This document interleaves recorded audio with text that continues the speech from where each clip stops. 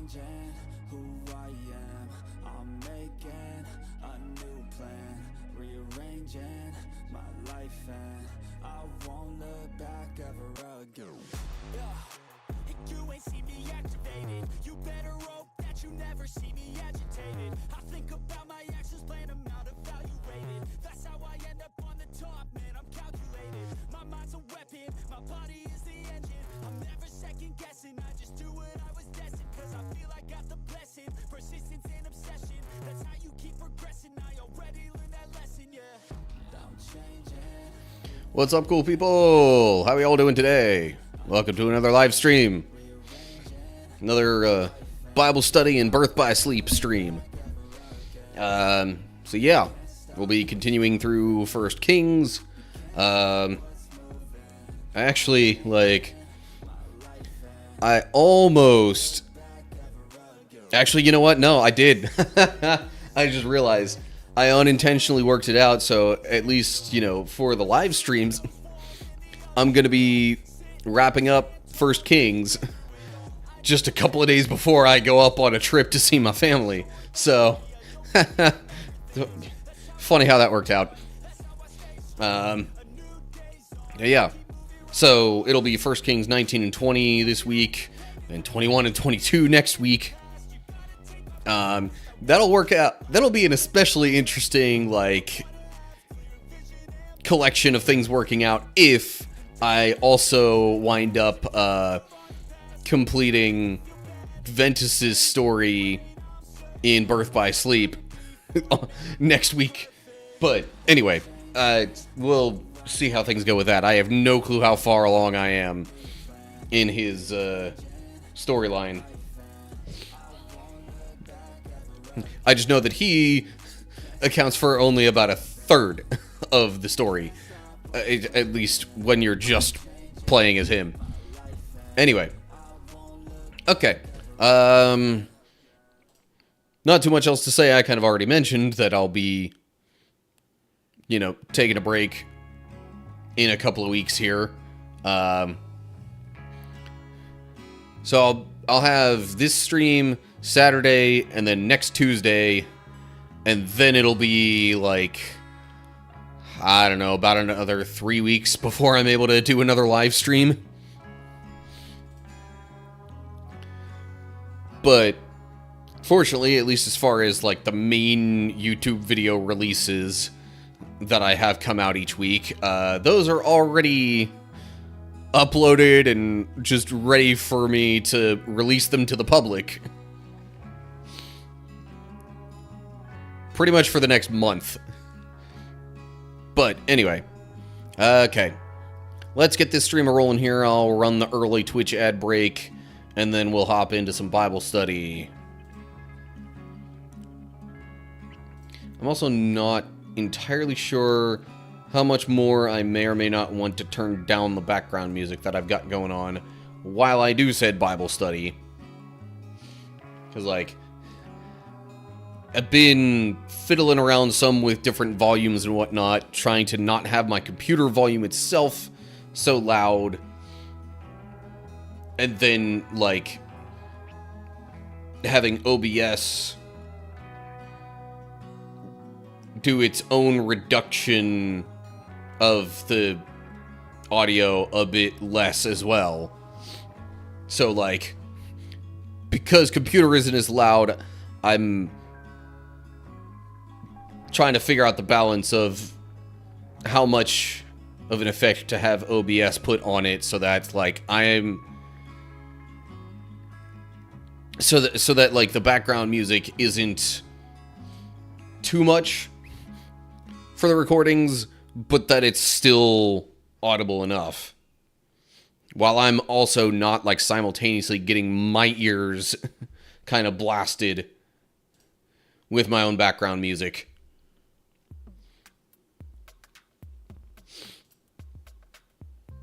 But, anywho, I figure the background music being a little quieter on my end will also, help me not feel like I've got to talk quite as loudly sometimes. because that has quite an effect on my throat after about an hour of Bible study. So, let me know what you think of the levels at any given point. But, for now, we begin our Bible study. I'll fill y'all in on context here in a sec once I start recording. Alright, so we are looking at 1 Kings chapter 19, and this is happening in the northern kingdom of Israel. Ahab is the current king. Elijah, this prophet of God, has come onto the scene. He made a prediction, or he prophesied that there would be no rain, basically until he gave the word. And then performed another sign for a particular family to kind of show that he is legit. Then last chapter, we had kind of a showdown between him and the prophets of Baal to see which god was superior. Elijah's god came out on top. So then he had all the prophets of Baal killed, because it's like, well, they've been misleading you. And yeah, anyway. Plus, they were kind of getting pushed a little to the forefront in the public eye by someone in particular named Jezebel. And this lady did not like the prophets of the Lord, the traditional God of Israel. But anyway, so that's what's happened recently. Let's hop into the chapter here. 1 Kings 19. When Ahab got home from the whole showdown of the prophets at Mount Carmel, he told Jezebel everything Elijah had done, including the way he had killed all the prophets of Baal. So Jezebel sent this message to Elijah. May the gods strike me and even kill me if by this time tomorrow I have not killed you just as you killed them. See, yeah, Jezebel really does not like opposition like this.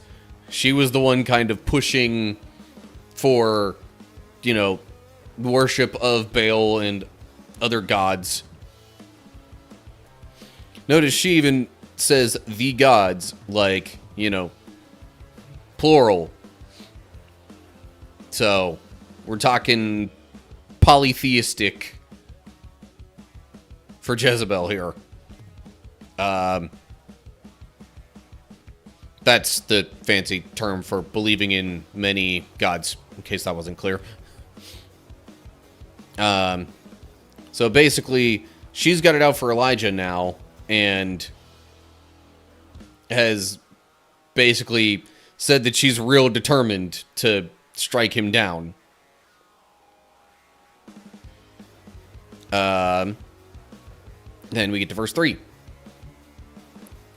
Elijah was afraid and fled for his life. He went to Beersheba, a town in Judah, and he left his servant there. Then he went on alone into the wilderness, traveling all day. He sat down under a solitary broom tree and prayed that he might die. I have had enough, Lord, he said. Take my life, for I am no better than my ancestors who have already died. Then he lay down and slept under the broom tree.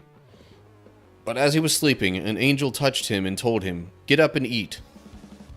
He looked around, and there beside his head was some bread baked on hot stones and a jar of water. So he ate and drank and lay down again. Okay. So, initially, he goes to Beersheba, which is a town in Judah. Now, Judah, at this point, was a totally separate kingdom. So, might have been a little harder for Jezebel or any of the officials from Israel to track him down and kill him while he was there. But then he goes on even further from there into the wilderness.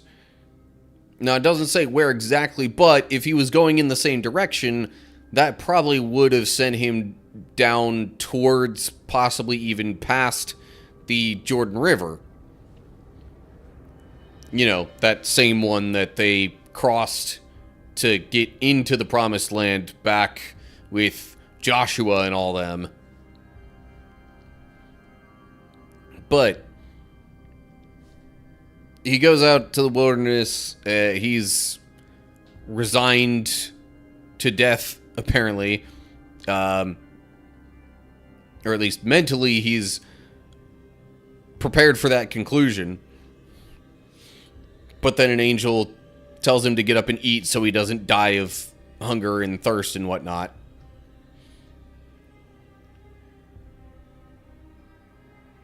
Maybe at that point he had just kind of told himself, well, I've gone as far as I can. I need to stop here. But who knows if, you know, Jezebel or any officials under her command or anything like that might catch up to me while I rest. So, if I die, God, I'm ready for it.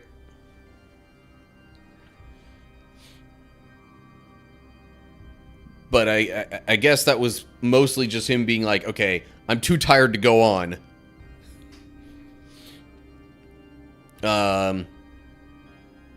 So, Angel tells him to get up and eat. And then we get to verse 7.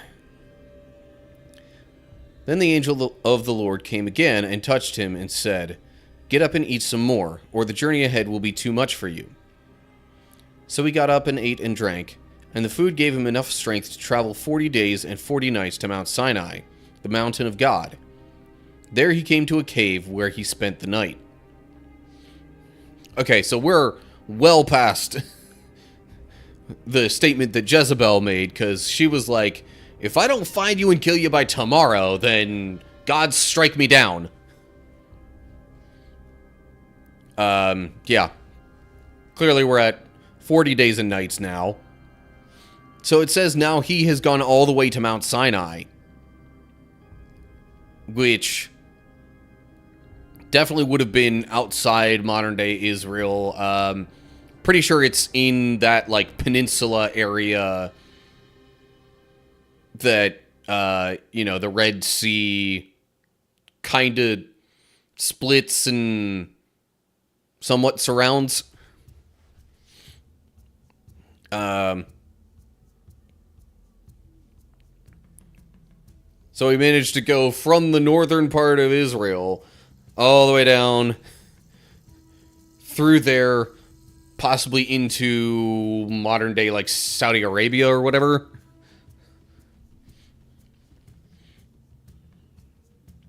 But anyway, so yeah, he has done quite a bit of fleeing by this point.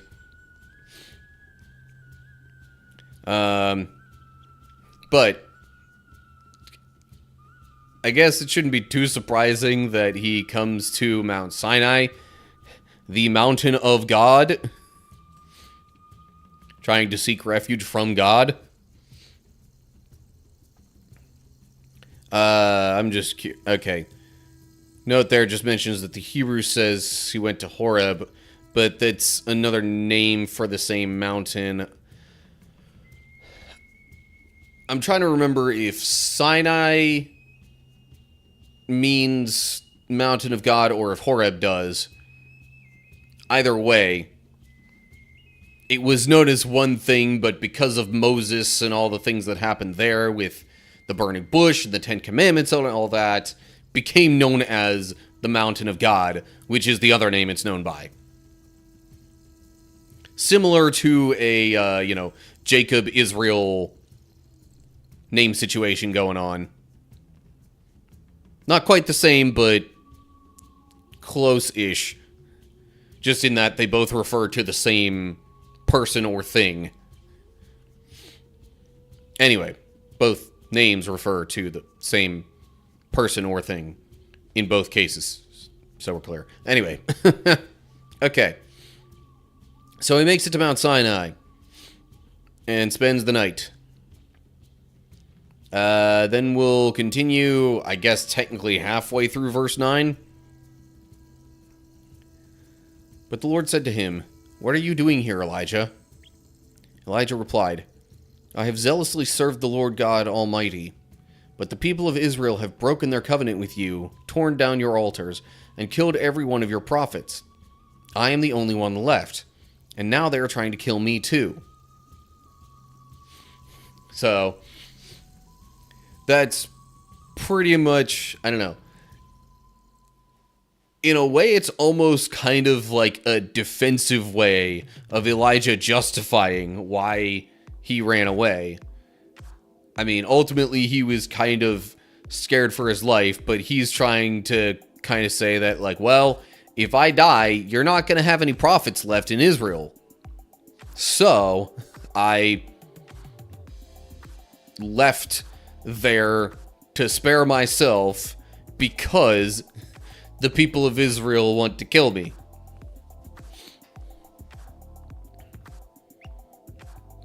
Of course, he says it more generally. I mean, it was clear that Jezebel wanted him dead.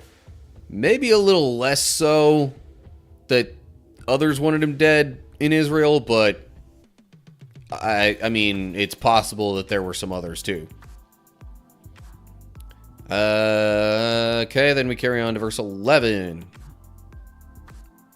This is the Lord speaking. "Go out and stand before me on the mountain," the Lord told him. And as Elijah stood there, the Lord passed by, and a mighty windstorm hit the mountain. It was such a terrible blast that the rocks were torn loose, but the Lord was not in the wind. After the wind, there was an earthquake, but the Lord was not in the earthquake. And after the earthquake, there was a fire, but the Lord was not in the fire. And after the fire, there was the sound of a gentle whisper. When Elijah heard it, he wrapped his face in his cloak and went out and stood at the entrance of the cave. And a voice said, "What are you doing here, Elijah?" He replied again, "I have zealously served the Lord God Almighty, but the people of Israel have broken their covenant with you, torn down your altars, and killed every one of your prophets. I am the only one left, and now they are trying to kill me too." Okay. So God says, "Go out, stand before me on the mountain." And then I guess as Elijah is like waiting for God's presence and or to hear from God,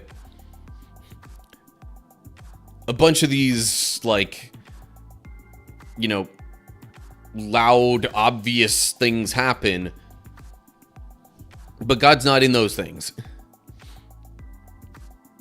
After a big windstorm, an earthquake, and fire, God's voice comes to him in a gentle whisper.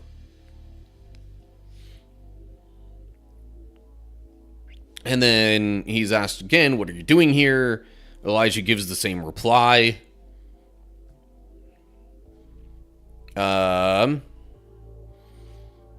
Then we get to verse 15. Then the Lord told him, "Go back the same way you came, and travel to the wilderness of Damascus. When you arrive there, anoint Hazael to be king of Aram. Then anoint Jehu, grandson of Nimshi, to be king of Israel, and anoint Elisha, son of Shaphat, from the town of Abel Meholah, to replace you as my prophet. Anyone who escapes from Hazael will be killed by Jehu, and those who escape Jehu will be killed by Elisha. Yet I will preserve 7,000 others in Israel who have never bowed down to Baal or kissed him." Okay. So Elijah was kind of waiting to hear from God what to do, and God gives him those directions to... Now, I wonder if...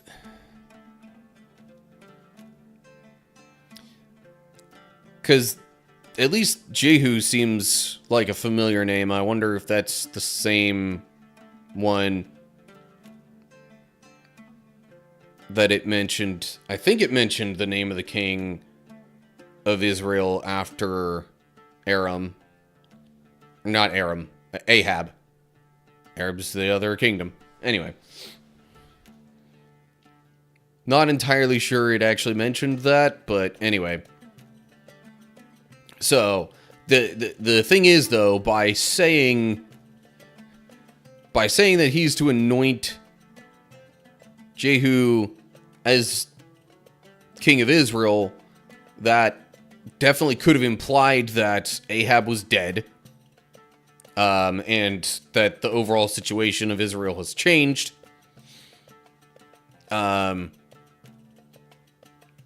Or it was just kind of preparing the next king after Ahab. And he's also...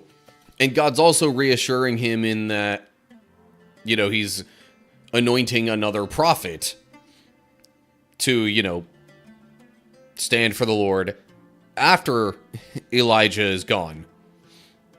Which that was part of Elijah's concern, part of the reason that he came to seek safety from God in the first place. So, with those items and some assurance that, like, hey, you know, I will preserve 7,000 others in Israel who have never bowed to Baal. With that last sentence there, essentially, God's, like, saying, hey, all these things that you're worried about, I'm going to take care of them. So go back and help get things ready. Like, pretty much all the different concerns that Elijah had are being handled here.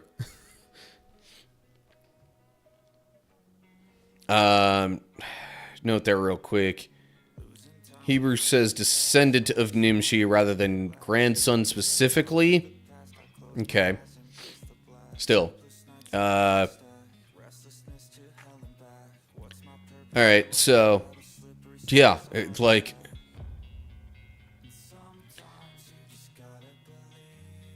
You would think then... Elijah doesn't really have any excuses, like... All of his reasons for fleeing Israel are taken care of, so... Time to go back.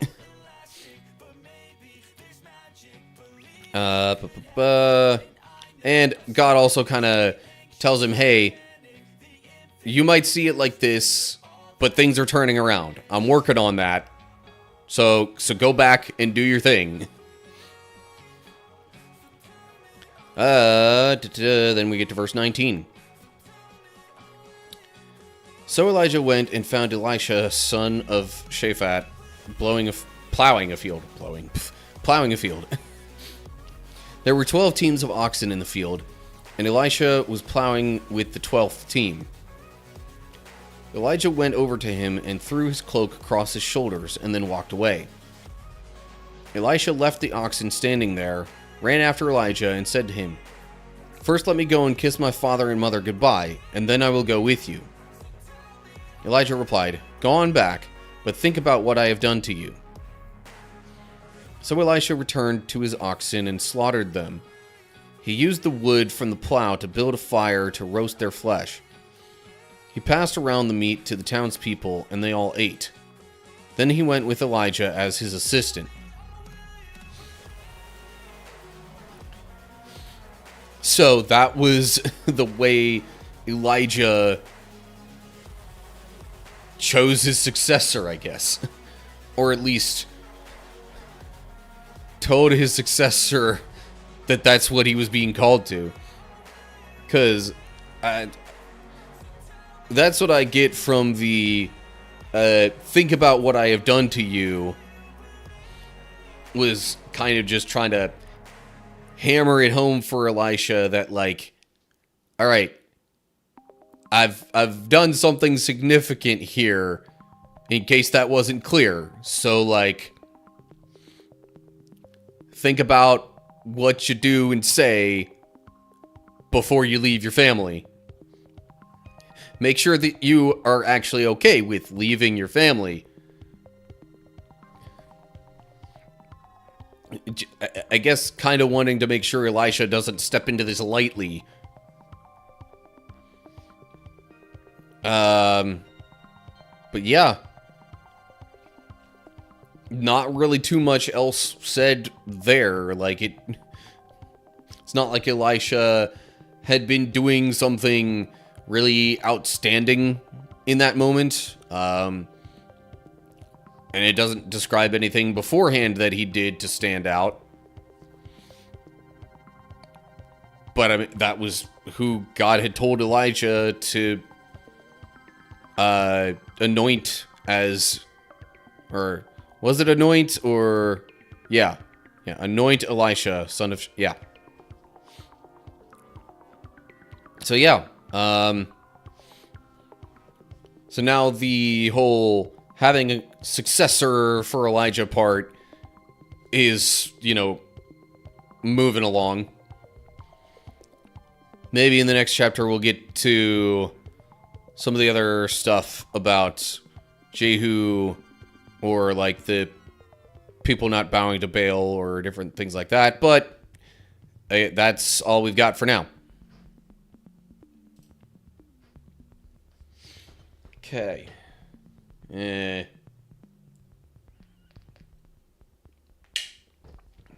OBS is dropping frames. I do not like it. Right now, it's not as bad as it has been in some streams, but still not great. Okay, this chapter is also going to be a fair bit longer. Oh, geez, yeah, that previous one was 21 verses. This one's 43. So, like, possibly even about twice as long. Better hop on into it here.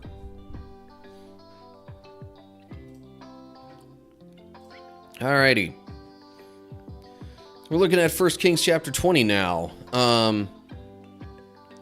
Last chapter, Elijah essentially ran for his life because Jezebel didn't like the fact that he had all the prophets of Baal killed. So Elijah flees, makes it to Mount Sinai, hears from God that, like, all right, you're concerned about being the last prophet of the Lord in Israel, and that Israel has, like, completely turned away from me. But I'm gonna have you go and anoint a new king of Israel to tell you that, you know, Ahab's reign is ending. I'm also gonna have you anoint a successor to yourself, so that you won't be the last prophet. And I'm also gonna have a group of people who aren't bowing down to other gods. So, upon getting this reassurance, Elijah starts heading back to Israel, meets up with Elisha, who is to be his successor, and kind of goes through that whole deal of choosing him and bringing him along. Okay, then we get to chapter 20 here. So here we go. About that time, King Ben-Hadad of Aram mobilized his army, supported by the chariots and horses of 32 allied kings. They went to besiege Samaria, the capital of Israel, and launched attacks against it. Ben-Hadad sent messengers into the city to relay this message to King Ahab of Israel. This is what Ben-Hadad says: "Your silver and gold are mine, and so are your wives and the best of your children." Okay, so I think there was previous stuff that we had read about one of the kings of Judah, I want to say Asa, getting in touch with Ben-Hadad, making an agreement to work together to fight against Israel because Israel and Judah had been fighting. I could be a little off on some of the details there. But in any case, I'm pretty sure this was part of some sort of agreement between Judah and Aram that they would attack Israel. So Ben-Hadad's just kind of coming in hot with some threats to Ahab here. Let's see what develops. Continuing on with verse 4. All right, my lord the king, Israel's king replied. All that I have is yours. Soon Ben-Hadad's messengers returned again and said, This is what Ben-Hadad says. I have already demanded that you give me your silver, gold, wives, and children. But about this time tomorrow I will send my officials to search your palace and the homes of your officials. They will take away everything you consider valuable. Then Ahab summoned all the elders of the land and said to them, Look how this man is stirring up trouble. I already agreed with his demand that I give him my wives and children and silver and gold. Don't give in to any more demands, all the elders and the people advised. So Ahab told the messengers from Ben-Hadad, Say this to my lord the king. I will give you everything you asked for the first time, but I cannot accept this last demand of yours. So the messengers returned to Ben-Hadad with that response. Okay, gonna pause there for a second. Ahab, based on this and all the stuff where it seems like Jezebel's running things as much as, if not more so than he is, like, he comes across as a bit weak and or cowardly. So, you know, with him giving into these demands and whatnot, and then when it gets taken a step further, he doesn't, like, immediately stand his ground and say, no, I'm not going to do this. He only says that he's not going to do it after having already sought advice from others. And it's like, what's even the point of this added, you know, search and seizure of all these things? Like, it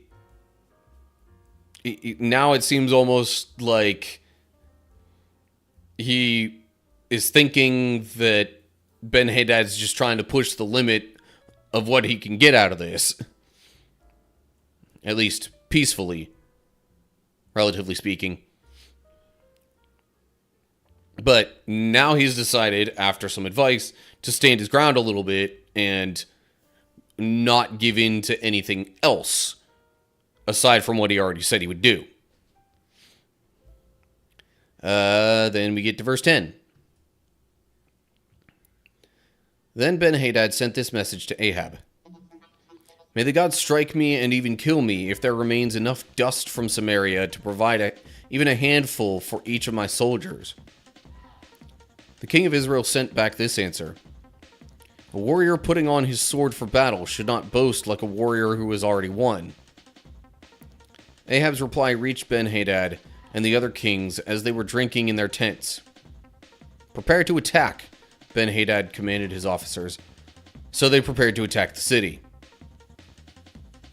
So much for this being peaceful in any way. Seems like there's just going to be a battle here.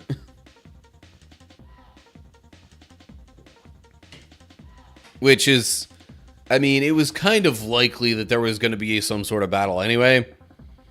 Unless Ahab was so cowardly that he just kept caving into the demands of Ben-Hadad. Which at this point we're getting beyond unreasonable. The first demand was kind of unreasonable. Never mind any of the stuff after that. Note there in verse 12.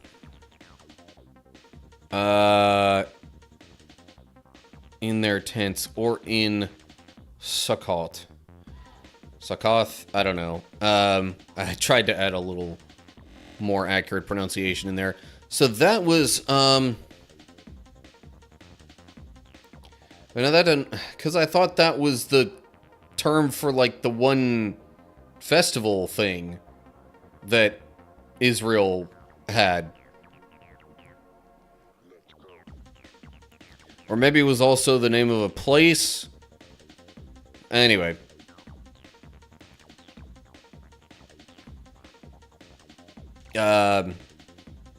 But it's like they already had kind of assumed that things were going to go well for them. So they were, you know, drinking and presumably just kind of palling around. But then Ben-Hadad hears this, you know, threat kind of back from Ahab and is like, all right, this means war.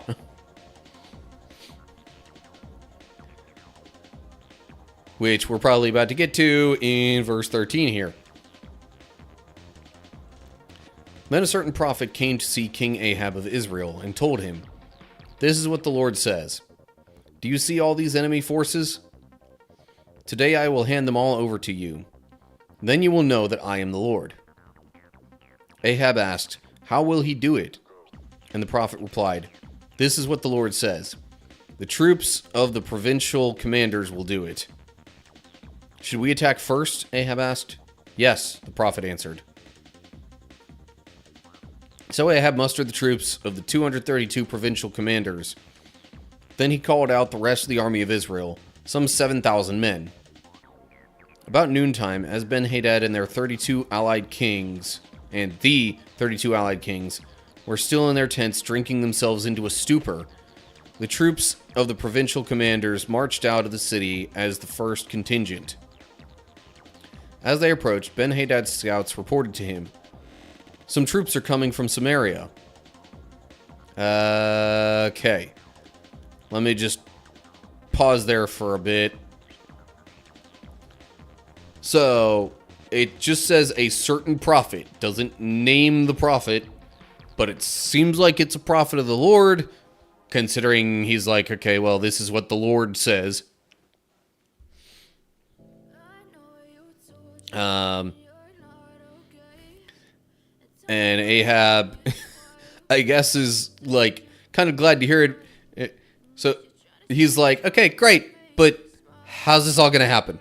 What are the details? Should we, you know, gather the troops and go ahead and march now? Or do we wait for them? Like, I'd like to know the battle plan here. Which, I mean, God doesn't necessarily always give us the plans, but I guess because of the details being mentioned here, coming from this prophet of the Lord, it's all supposed to indicate, okay, this is coming from the Lord as like a sign that, you know, he's the true God.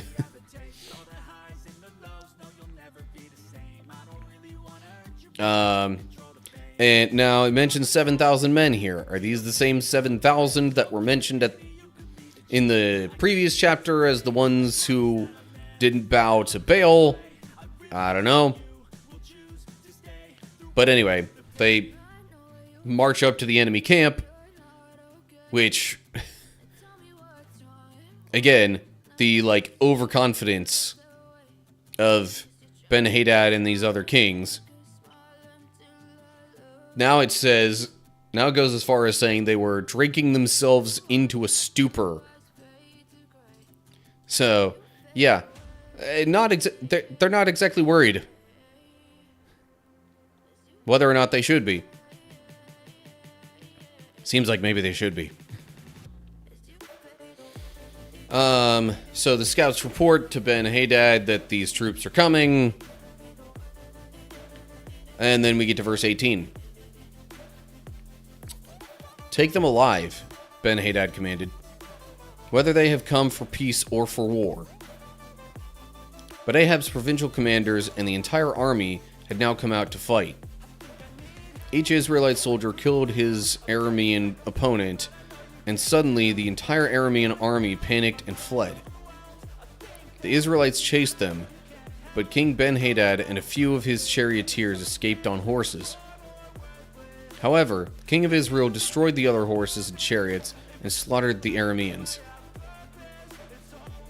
Afterward, the prophet said to King Ahab, "Get ready for another attack. Begin making plans now, for the king of Aram will come back next spring." Hebrews says at the turn of the year. First day of the year in the ancient Hebrew lunar calendar occurred in March or April, which would possibly, I think, lined up with that one festival. Again, I'm not 100% sure if I'm remembering that right, but I think that one festival of shelters or booths or tents or whatever that I was thinking went by Sukkot was like in that time of year. Yeah, not 100% sure on that.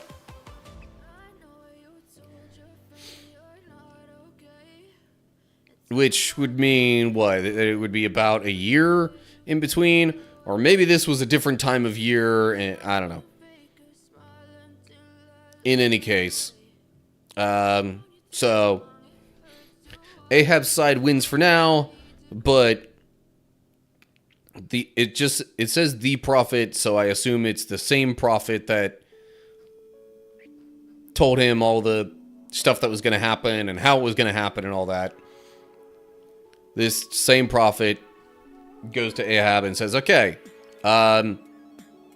get ready for another attack, though, because they're coming back." Okay. This chapter is a little longer, so I'm not, like, adding so much of my own commentary into this.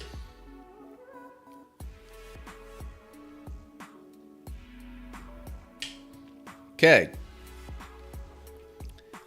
Moving on to verse 23. After their defeat, Ben-Hadad's officers said to him, "The Israelite gods are gods of the hills. That is why they won. But we can beat them easily on the plains. Only this time replace the kings with field commanders. Recruit another army like the one you lost. Give us the same number of horses, chariots, and men, and we will fight against them on the plains. There's no doubt that we will beat them." So King Ben-Hadad did as they suggested. Interesting. So, I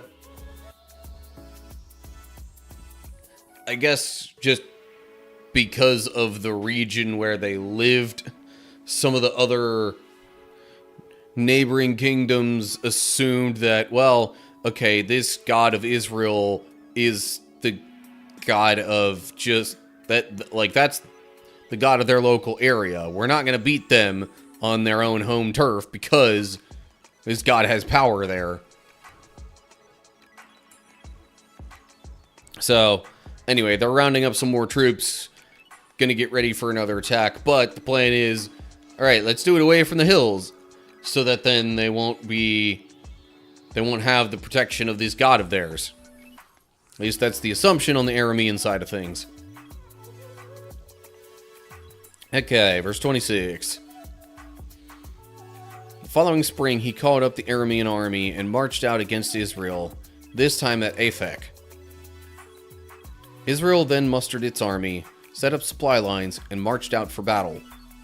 But the Israelite army looked like two little flocks of goats in comparison to the vast Aramean forces that filled the countryside. Then the men of God went to the king of Israel and said, "This is what the Lord says. The Arameans have said, 'The Lord is a God of the hills and not of the plains.' So I will defeat this vast army for you. Then you will know that I am the Lord." So, now I guess God in a way is saying, alright, here's what these people think. I'm going to prove them wrong by giving you victory here as well. It's clear that they have a much larger army assembled, but I'm going to give you victory.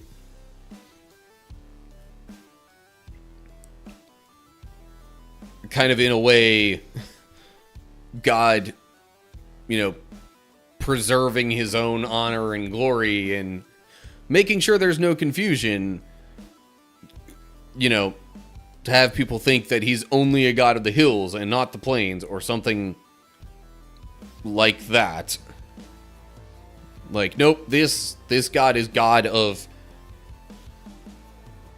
either a larger area at least or everything. Which, of course, the Lord is God of everything.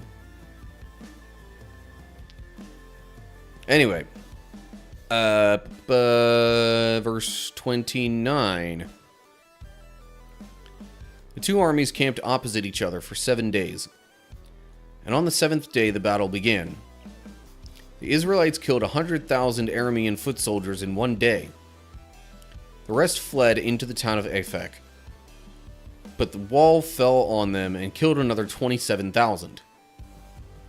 Ben-Hadad fled into the town and hid in a secret room. So, yeah. Not going well for the Arameans again.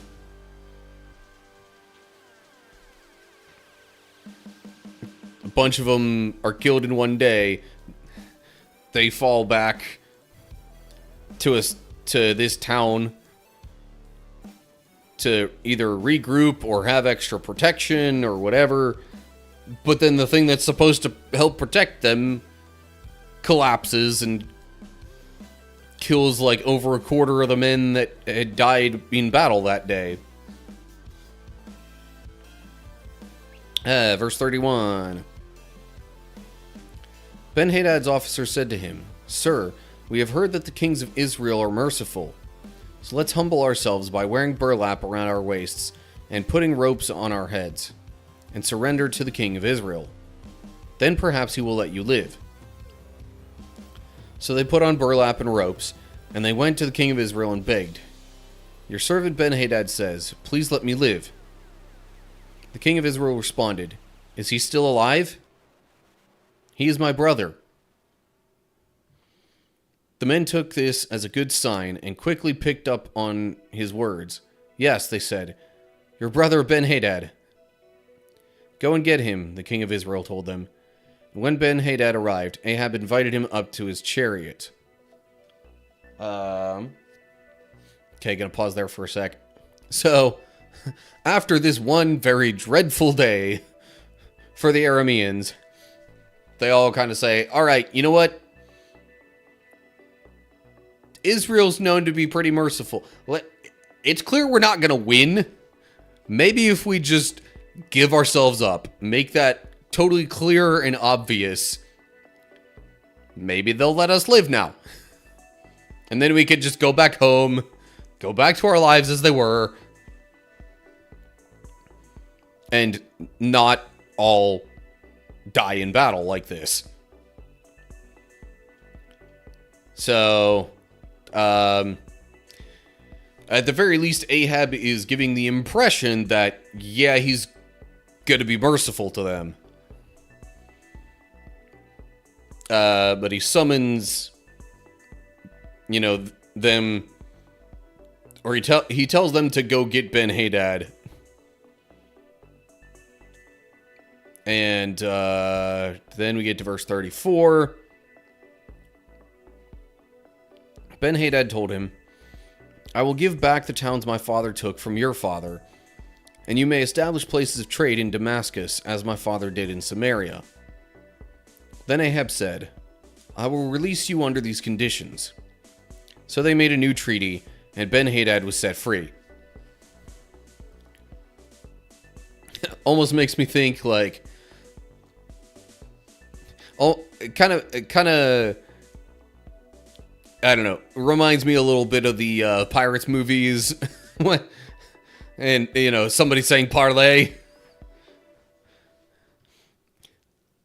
You know, they're locked in the midst of battle at one moment, but then they come back the next day, and it's like, okay, you know what? I have terms that I would like to, or, you know, let's strike a deal, essentially. And, you know, Ben-Hadad makes this concession as a, like, please just don't kill me. And Ahab's like, all right, sure, sounds good to me. We get towns back, more places of trade. Yeah, sounds like a solid win. And then he releases Ben-Hadad.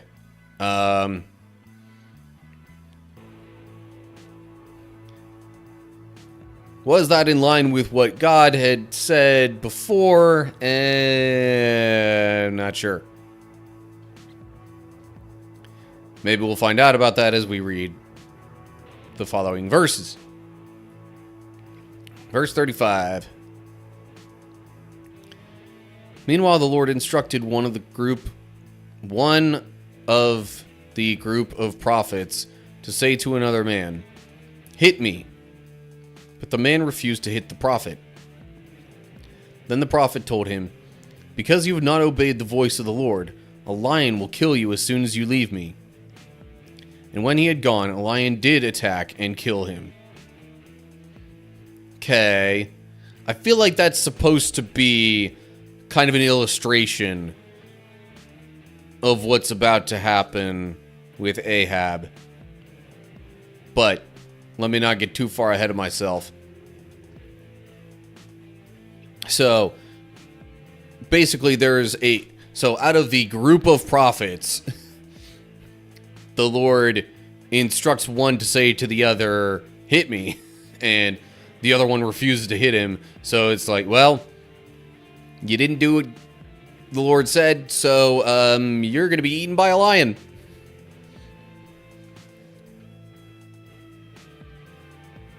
But we'll keep going with this and see how it develops here. Verse 37. Then the prophet turned to another man and said, hit me. So he struck the prophet and wounded him. The prophet placed a bandage over his eyes to disguise himself, and then waited beside the road for the king. As the king passed by, the prophet called out to him, Sir, I was in the thick of battle, and suddenly a man brought me a prisoner. He said, guard this man. If for any reason he gets away, you will either die or pay a fine of 75 pounds of silver. But while I was busy doing something else, the prisoner disappeared. Okay, hang on. Let me finish off that verse at least. Well, it's your own fault, the king replied. You have brought the judgment on yourself. Actually, let me just wrap up the chapter. Then the prophet quickly pulled the bandage from his eyes, and the king of Israel recognized him as one of the prophets. The prophet said to him, This is what the Lord says. Because you have spared the man I said must be destroyed, now you must die in his place, and your people will die instead of his people.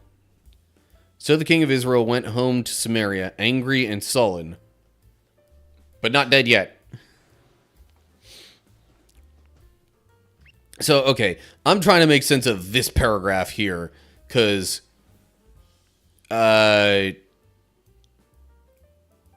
it seems odd to me. So, the prophet calls, the one who's disguising himself, this prophet calls out, says he was in the thick of battle, a man brought me a prisoner, and that man who brought the prisoner said, guard the prisoner, and if this prisoner gets away, you either die or pay a hefty fine.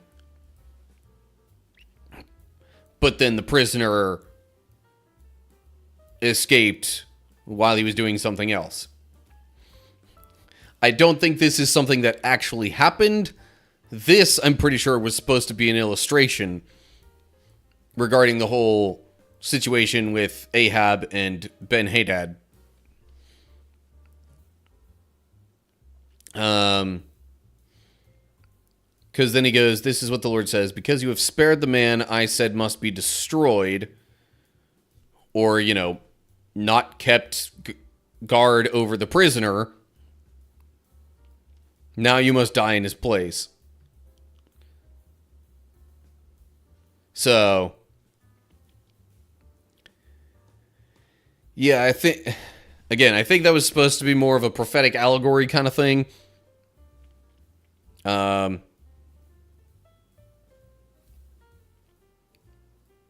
Anyway, so was the whole request to be hit just supposed to help with the disguise, I guess? I don't know.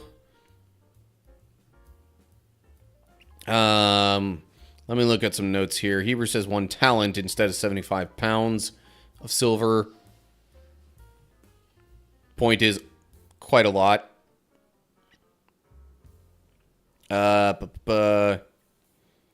Note there, Hebrew term used here refers to the complete... Oh, when it mentions destroyed, it's this term that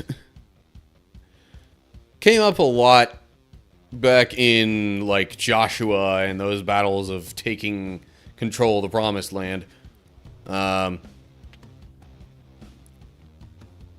So, basically, Ahab did not do what the Lord had asked of him. Like, he was supposed to destroy Ben-Hadad and the Arameans, but he got caught up in this idea of trade and whatnot and let him get away.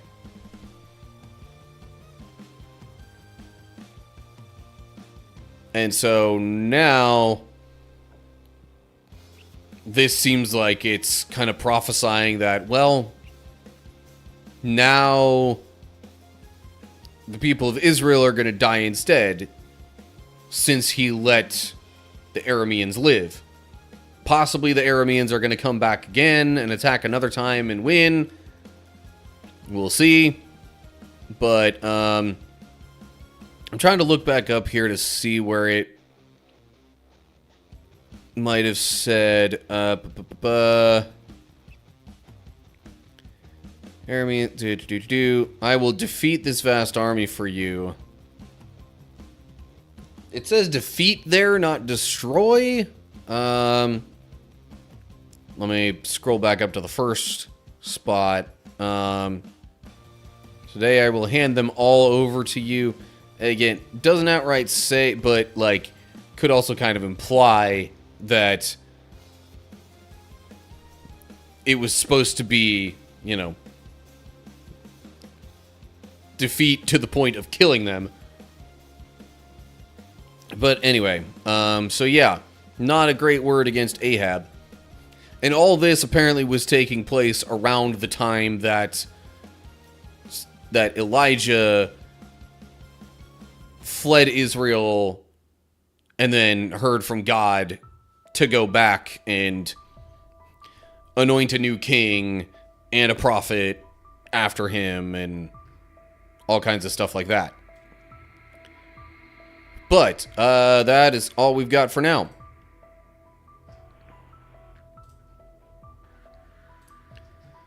Maybe the other chapters are gonna get into... I mean, Ahab is still alive here once we get to chapter 22. But then maybe that will... Yeah, okay. That's going to end up covering Ahab and how he dies and all that kind of stuff. Dang, that's going to be a long chapter. But we're not worried about that this week. Okay. So, let me get some more water here. And actually just go ahead and take a bit of a break while I transition over to the gaming stuff. I just realized I had the wrong category on Twitch.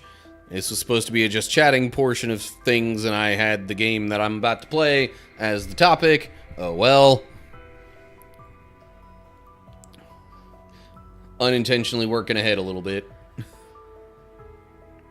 Okay. Break time while I run Twitch ads and do other stuff to transition. Alrighty. Oh, man.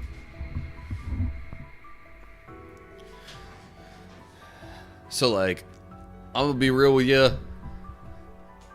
I'm a little toasty in here today. Not, like, too bad, but it's just one of those things where it got cold enough that I turned on the heater in my apartment. But it's been kind of waffling back and forth. So, yeah. On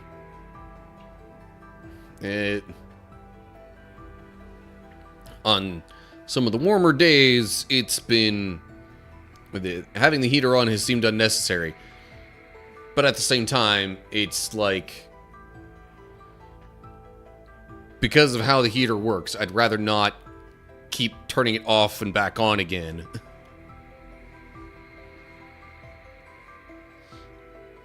Anywho, okay. Let's ditch this background music that I've got going now. Because I'm about to get into the game.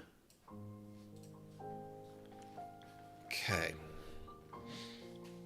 I'm not doing Kingdom Hearts 2 right now. I'm gonna play Birth by Sleep.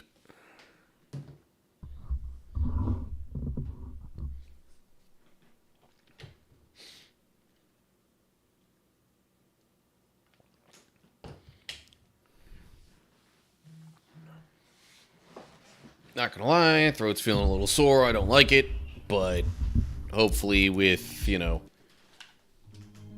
game stuff here, I won't have to talk so much, and then, you know, I can give my throat a bit of a break.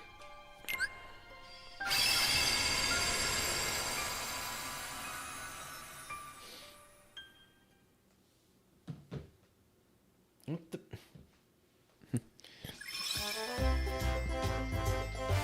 Alright. So, I will say that I came back here to Disney Town and,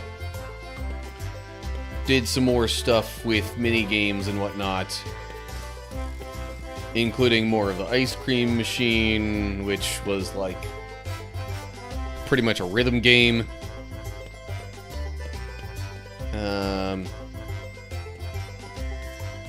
But as things stand, I'm looking to progress the story. Okay. I think Olympus will be the next place to go, especially based on battle levels. G'day. Time to record, I guess.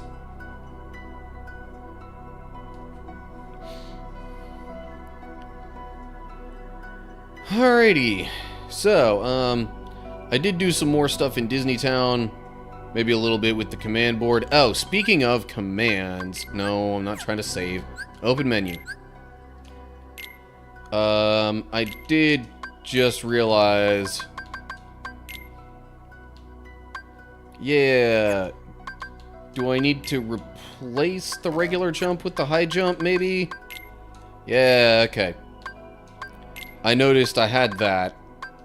And, yeah, kinda... would be helpful. In fact, there's some stuff that I missed in previous worlds that will probably be necessary for.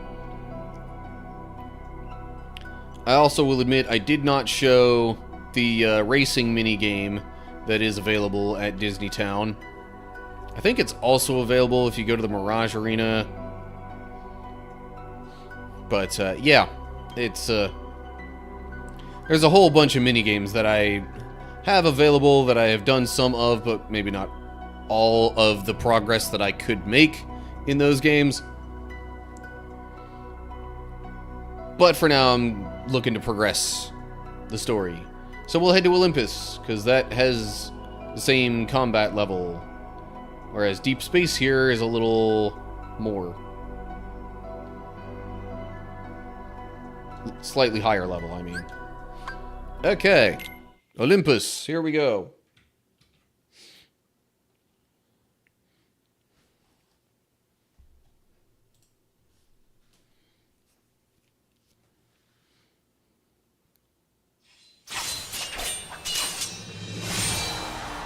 Kind of started wondering for a sec there. I was like, man, it is awfully quiet.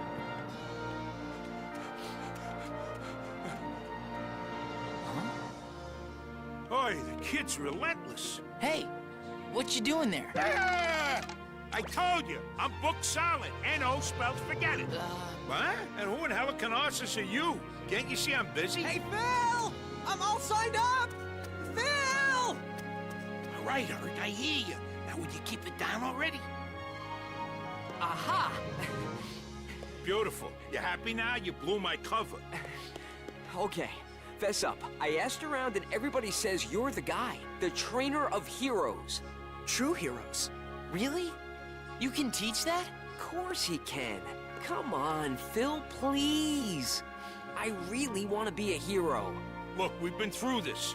I got 2 words for you. Student, teacher, ratio. 1, 2... I already got my hands full with this one. Come on, Herc.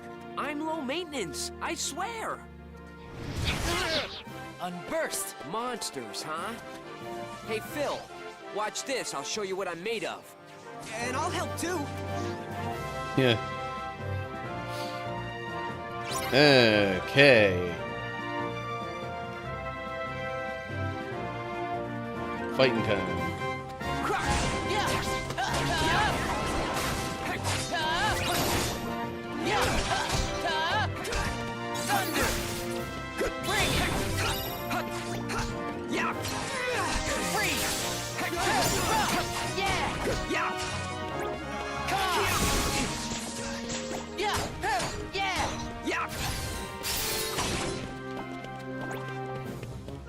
I'm like, where are the others?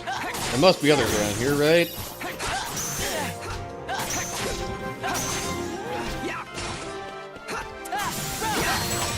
Oh, shoot. I didn't do that quite right.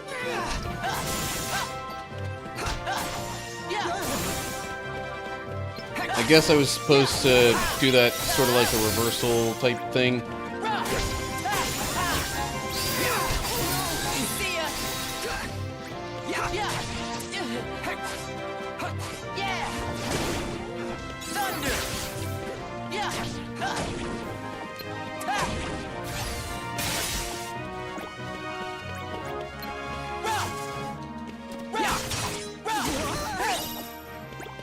And even more enemies, yay!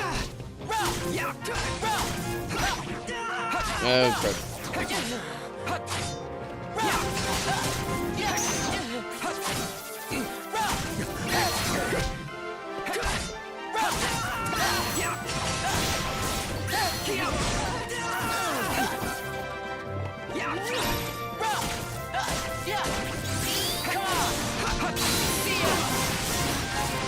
There we go. Surge stuff is helping quite a lot.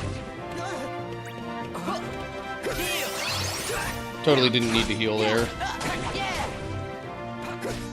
Also, is it just me, or did it kind of skip over that last time?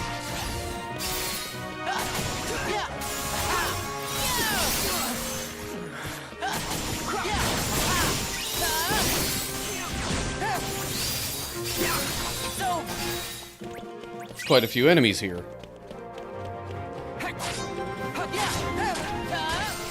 Kicking off Olympus with plenty of fighting. Not bad, not bad.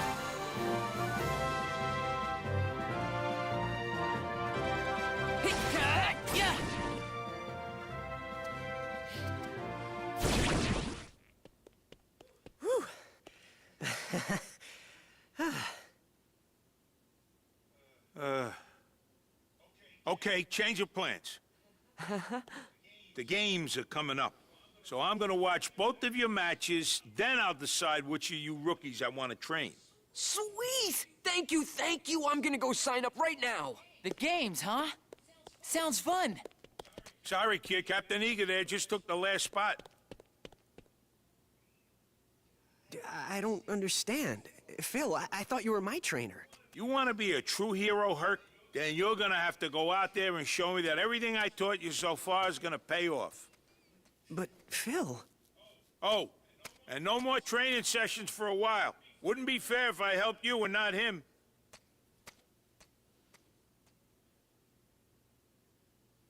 Hey, cheer up. So you gotta fight a couple of matches, no big deal. I'm Ventus.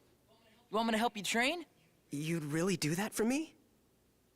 Sure. Thanks, Ventus. I'm Hercules. Herc for short. Just call me Ven. You're gonna do fine. Thanks. I'm gonna head over to the Coliseum and warm up. Meet me in the vestibule, okay?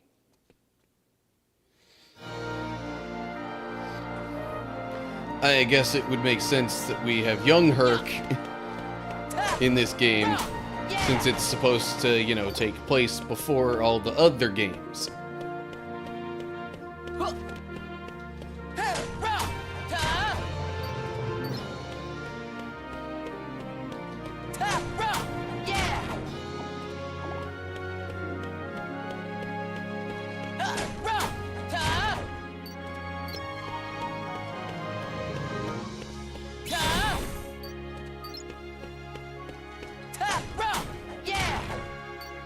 Just wanted to make sure I wasn't missing anything there. But it seems like that's it. I mean, other than doing some, like, sparring matches and stuff, I'm not quite sure how Ven exactly is gonna help Hercules. Ooh, hello. Okay, so... yeah, that's definitely a higher jump than before. Still not quite enough to get that little sticker there. I was gonna say puzzle piece, but I'm like, wait, nope.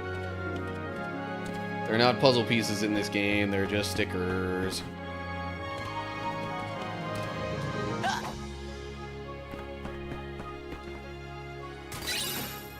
Mega potion.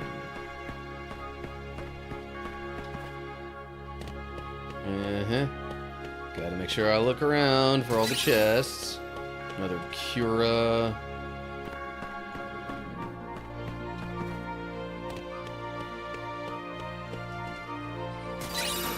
Which means that even with the one that I have maxed out, like if I meld that with anything, I'll still have another one that I can use. Oh, hello.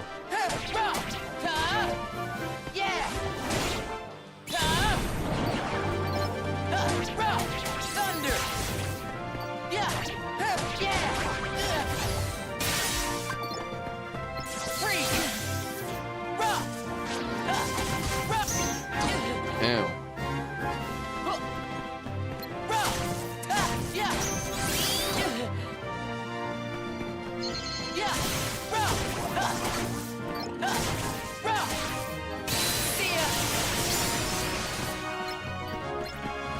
Yeah. Forgot about the shot lock stuff. Yeah, I changed that in between recording sessions.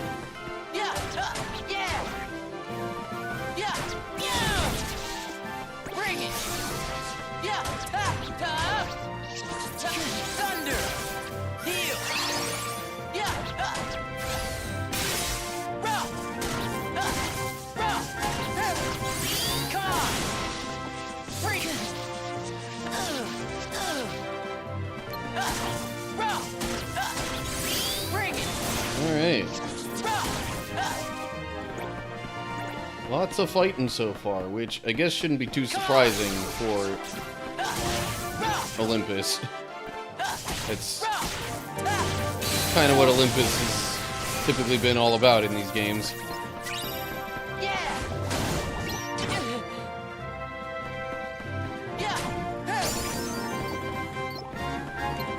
No.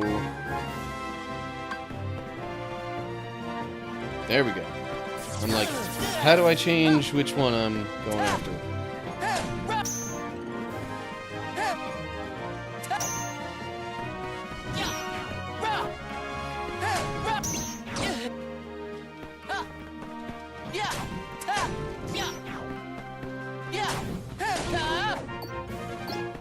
Now I'm trying to remember how I was supposed to do the whole reversal thing. I thought it was, okay, you lock on, and if they're about to attack, you press X.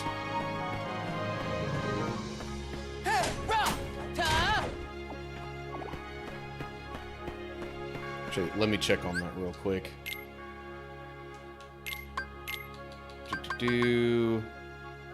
Reversal. Lock on enemies and press X just as they attacked it. Yeah. Maybe the issue was there that I also had, like, directional input affecting it. Hello. Yeah. Whack. I got some map now. Yay. Anything I might want to buy here?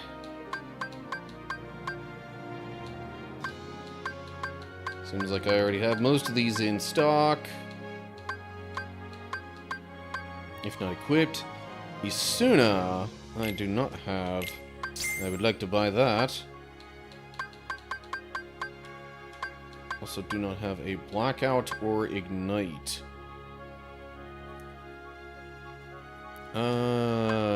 Blind surrounding enemies. Sure, why not?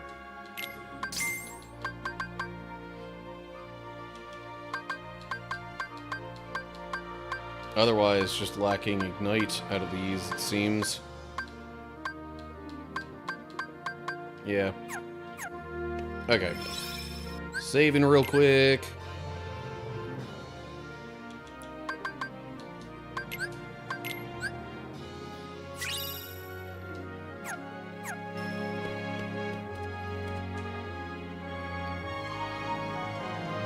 Ready for some training? Sure, why not?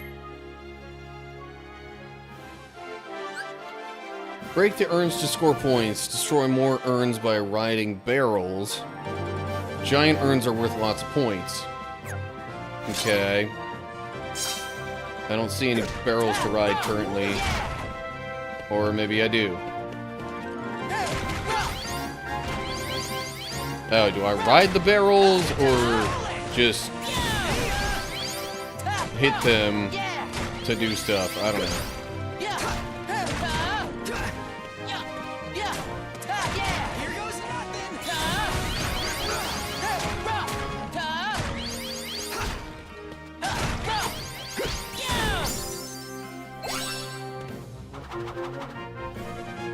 I didn't even realize for a while that that was like a competition between us.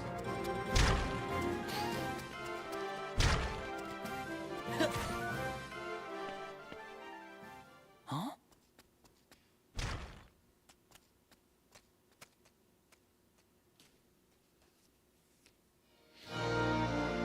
Something seems a little off about Phil.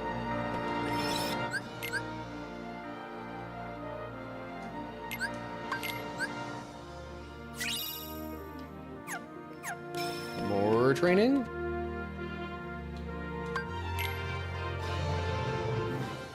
Or am I supposed to do something else now? This looks like the same thing.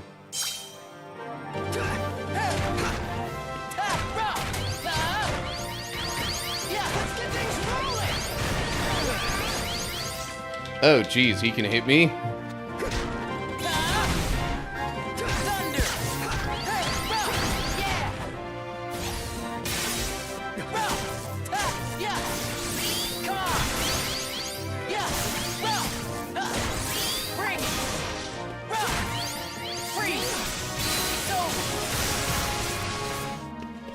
Oh, this one's definitely longer, though. That's not gonna help me at all, is it?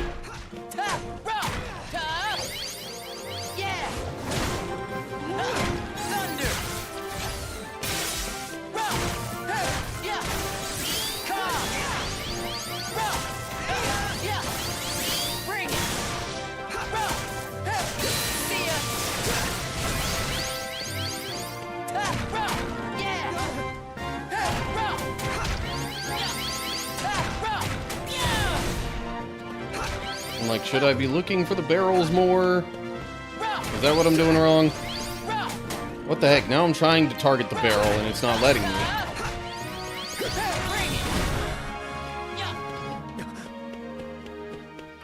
Oh. Okay, it did mention riding barrels. Previously, it didn't seem like there was really any way to make that happen.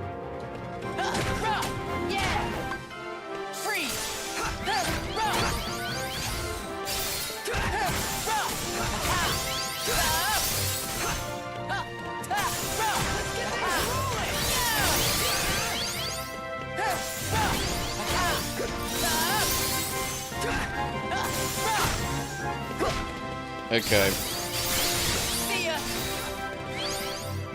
Next time I'll be looking out for the barrel to actually ride it instead of just,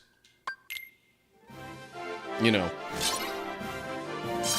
instead of just attacking it and waiting for it to roll through other things. Unless, of course, I make it explode like that.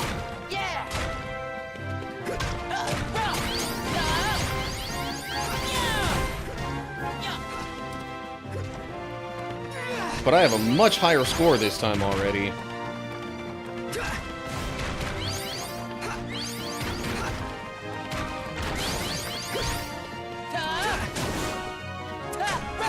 Thunder!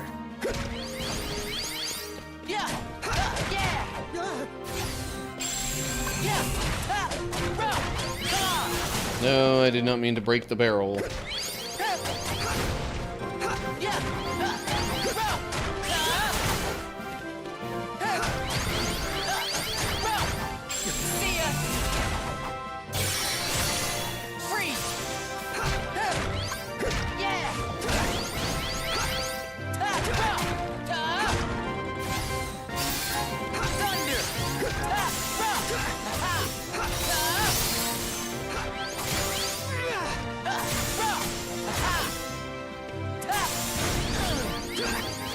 Really?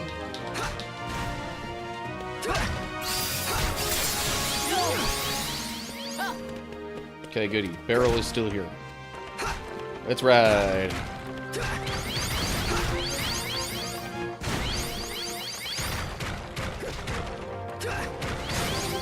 Yeah, that does a lot.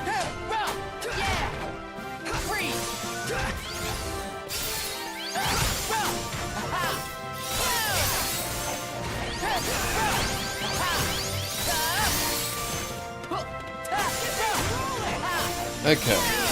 Pretty sure I'm winning this time.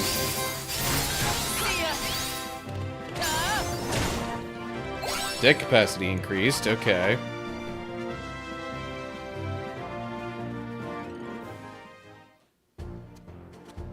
You want to become a true hero, huh? More than anything. See, my father is Zeus, the king of the gods, up on Olympus. Whoa! Herc, you're a god? No, I'm mortal.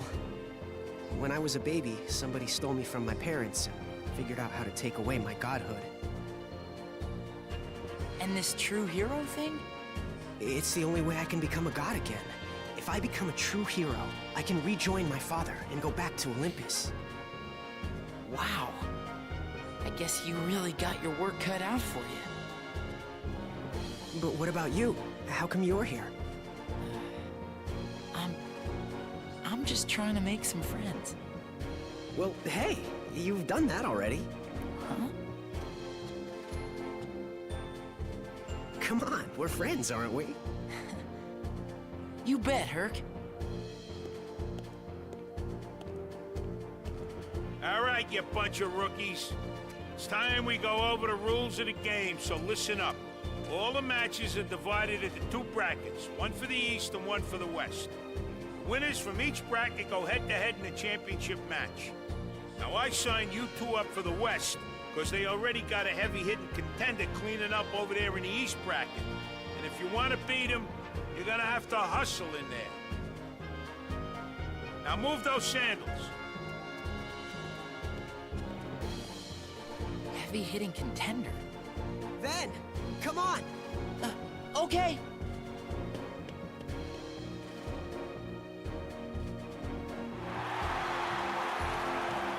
Okay.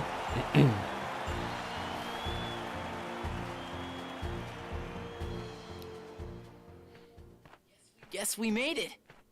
Yeah, and it's all thanks to you, Ven. Good. The other kid will be happy to hear that. No, I need you most of all, Phil. How else am I gonna become a hero? Huh, about time you got it.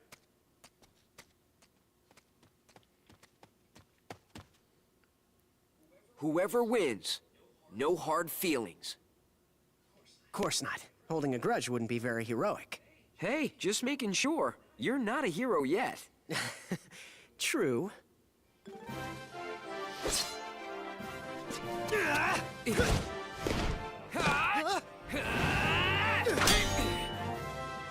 This is really close.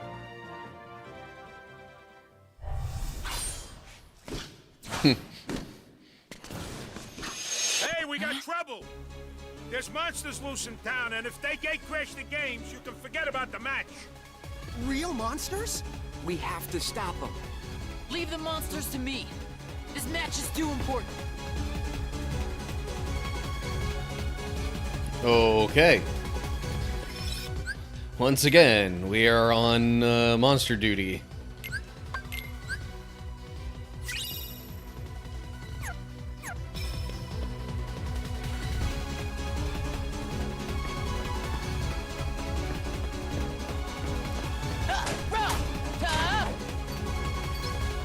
Yeah, like,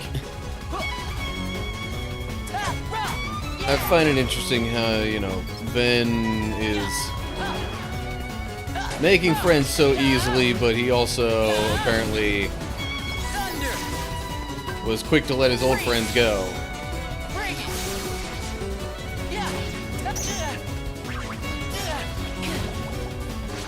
Oh, come on.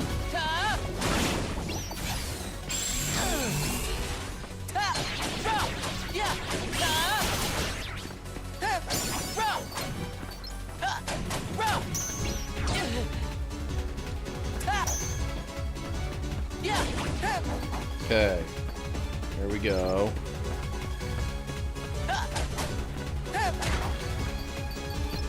Also gotta remember to use D-Links a little bit more.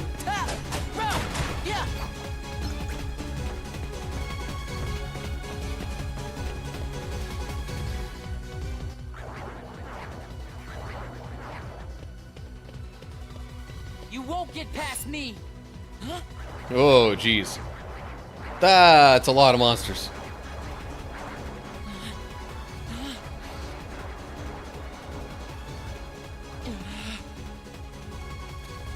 Herc, what about your match? Forget the match. No way I could let my friend fight alone, because I'm a hero. I mean, you know, I'm gonna be one. Come on, let's finish this together.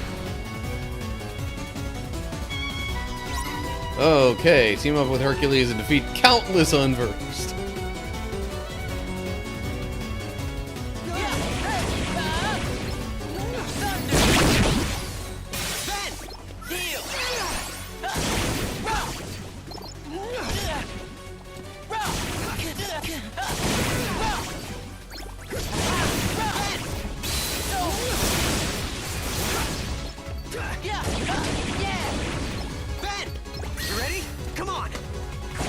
Oh, shoot. Okay. I was supposed to do that a little different.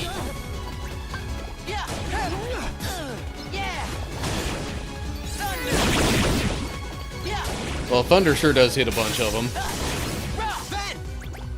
You ready? Come on. Okay, and then at the end of that, I'm supposed to press A.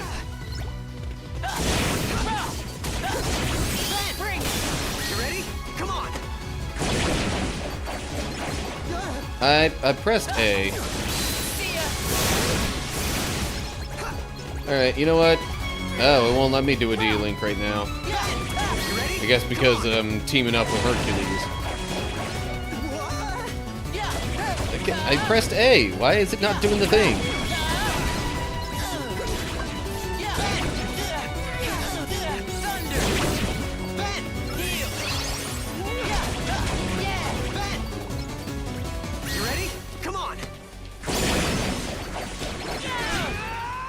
Okay.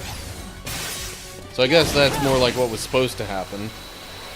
It definitely seemed like there were still more enemies, but I guess I cleared enough. Air slide. Press X while jumping to dash through the air. Higher the command's level, the farther you can dash. Oh, that seems like that'll be handy for getting stuff, too. Sorry that I made you lose that match, Herc. Aw, come on. You don't have to apologize. It was totally my decision. What? You didn't save any for me? Hey, you're here. Hey, I've set my sights on being a hero too. I just don't run as fast, that's all. So you both threw the match? Who won then? I left first, so it's not me. Yeah, but I was only seconds behind you. Still. Hey, I never said I coached the winner. All I said was I'd see the match, then decide. Look, being a hero takes more than just muscle. You gotta have heart and care about people. And sure, you both get high marks for that. But this time, only one of you cared fast enough, and that makes all the difference. Then that means... Oh, man! I was this close! Well, that's life. I never really introduced myself. The name's Zack. Congratulations, Herc. Thanks, Zack. Yeah, well, we'll see if you're still thanking him when I'm through with you. You got a long road ahead of you, champ. Hey, don't count me out. I've still got plenty of big dreams to go with my lousy luck.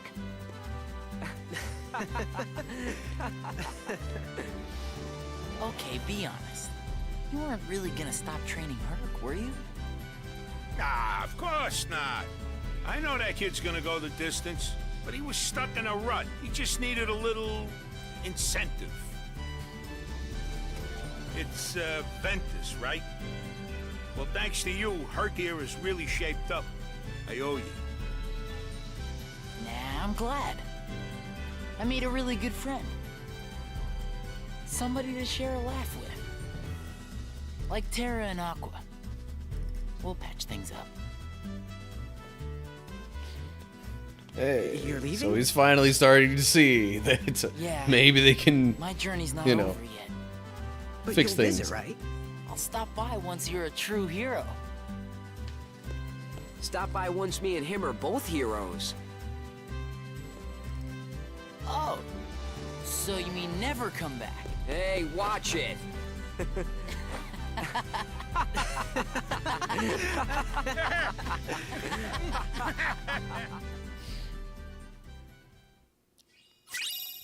forge to D-Link with Zack. Mark of a Hero. Keyblade that provides an extra boost in strength and deals higher damage when you land a critical hit.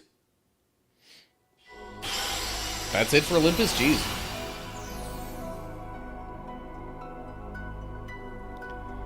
I almost want to move along to deep space here. You know what? What the hey? I'm feeling ambitious.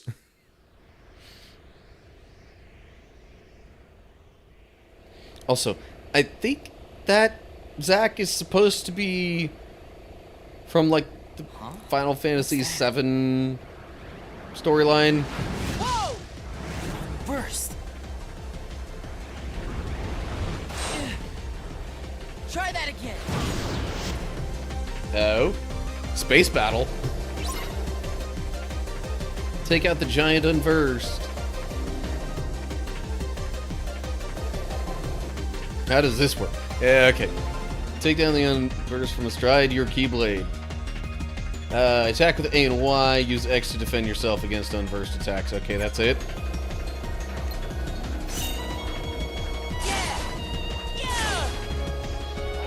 Ow.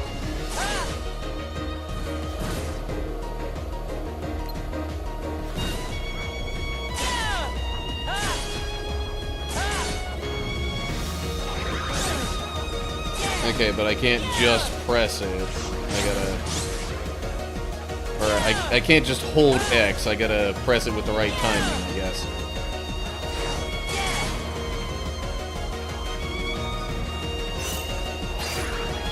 Okay.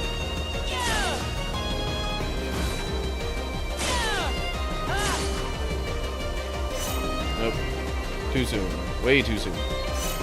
That's a little more like it. Now this seems like it's gonna take so long at this rate. Can't do a shot lock.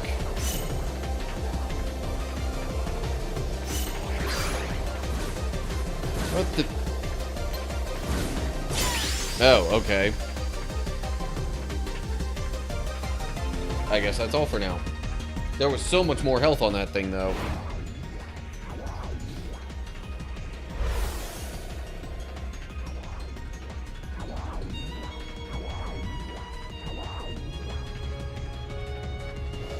Trying to catch a ride, huh?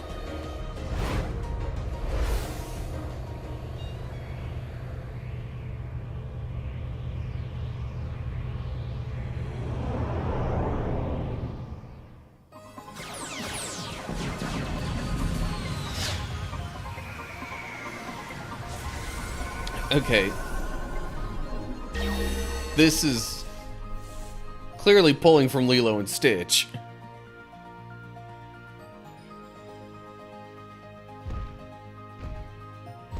Yep, and there's Stitch. What do you know? Now don't get any more ideas. These guns are locked into your genetic signature. Huh? Huh? An intruder? All right, you. Don't get any funny ideas.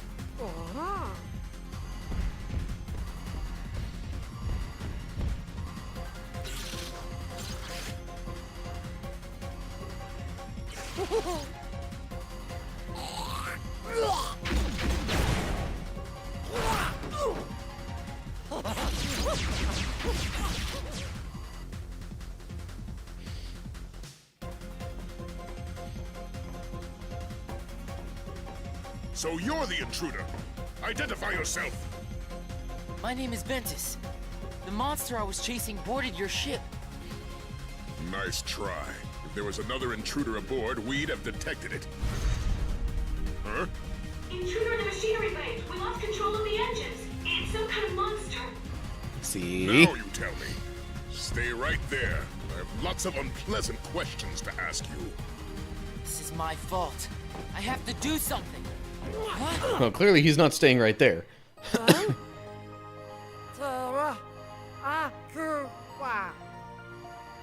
What?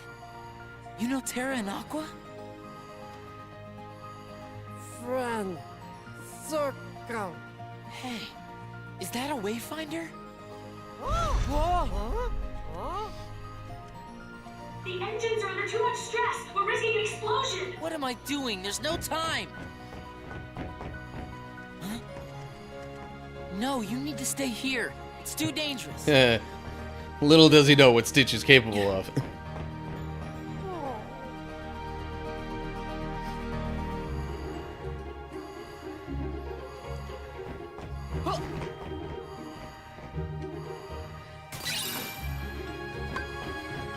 I really could use some healing. So, just in case I don't get to a save point before there's more fighting. Yeah! Freeze! Come on! Yeah! Rock! Now. Yeah! Ha! Thunder! Yeah! Ha! It's over! Okay. Yeah! Yeah! Now. Yeah! Yeah! Yeah! Really? Yeah! I guess there was one of them that I just, like, got out of range of. Yeah! Bring it! High jump is level 3. Does that mean I jump higher with it? Maybe? Probably not. Yep, hello.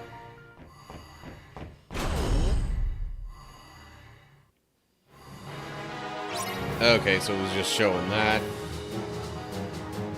To say that, hey, there's a lockdown going on. Bring it! Yeah! Yeah! Yeah! Yeah! Thunder! Rock! Yeah! Bring it! Rock! Rock!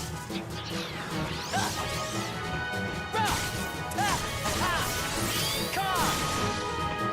Yeah! These are kind of tough buggers. Yeah! Yeah! Yeah! Freeze!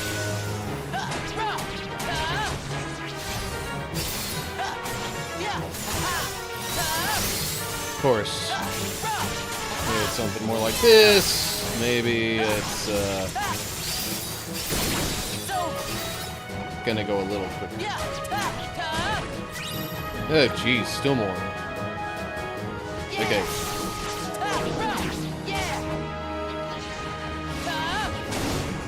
Bring it! Thunder! Freeze! Yeah! Thunder! Hey, I popped it. Okay. I would assume there's going to be another section like this coming up.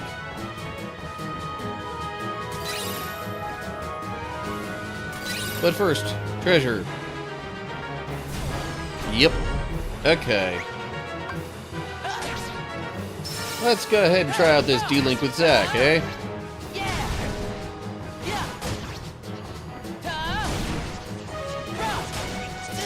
Slot edge.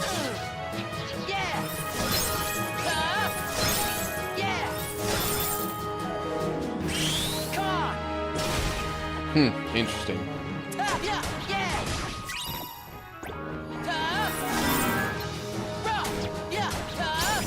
So I guess it's just kind of random what happens with slot edge, and whatever shows up there kind of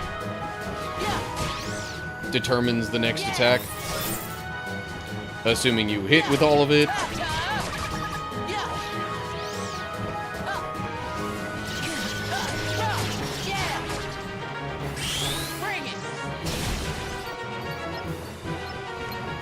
Or maybe not. Maybe it's just that you gotta hit with the whole thing for it to really work right.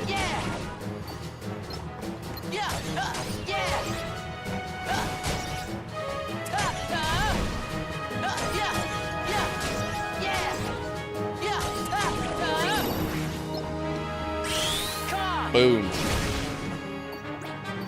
Dang. That even got rid of the big guy.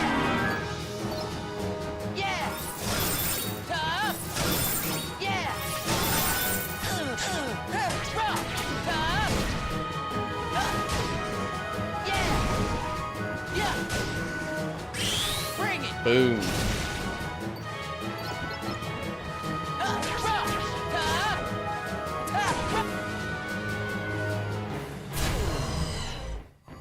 Okay, I guess I'm through all that.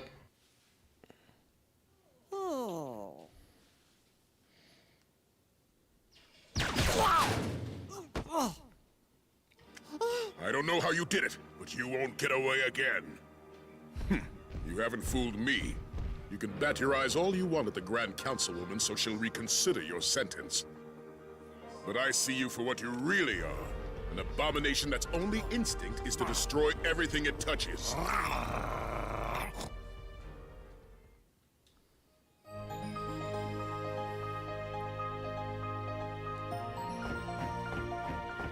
Nothing over this way.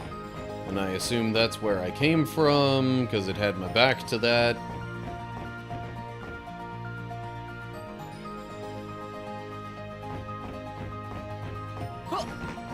Oh, jeez. Okay. Multiple mystery rooms. Yay. Ooh, maybe this will be a map. Yeah. Yeah. Okay, goody. That'll help. Hopefully.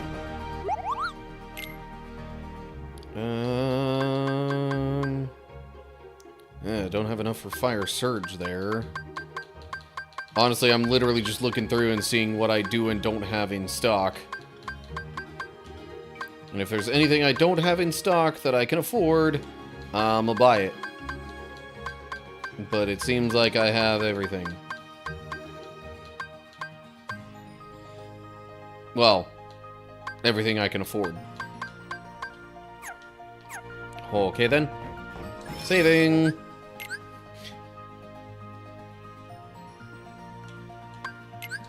Kind of makes me want to whip out my Stitch impression for a second, be all like, "Yee, save me!" Wow, that was a terrible start to that. Yee. Anyway. That's even more so kind of quoting him. But, no, my prolonged Stitch impression tends to be a bit deeper voiced. Oh, hello.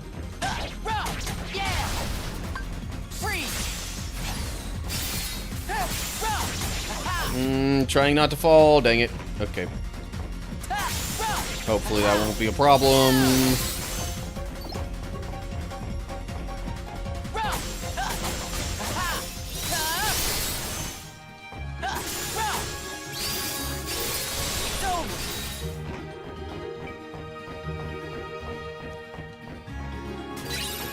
Zero Gravira instead of just zero gravity.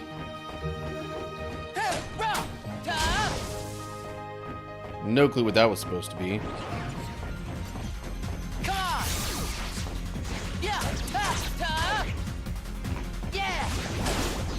Thunder! Bring it! Yeah! Freeze! Damn. You are quite the problem.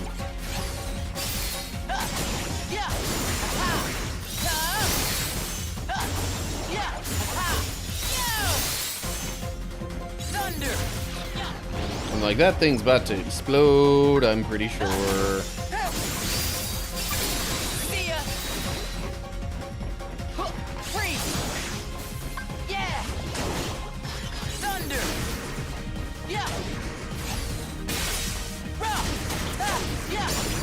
There we go. Always a good time when I can defeat one of those guys before they start rolling around and potentially exploding. Really?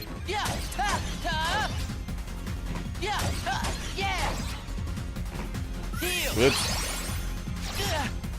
I meant to move the commands forward one and do Blizzara instead.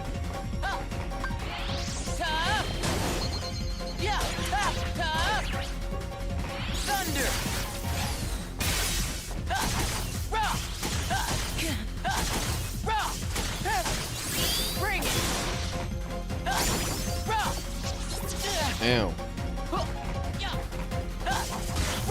So, it seems like maybe the higher tiered skills have higher max levels.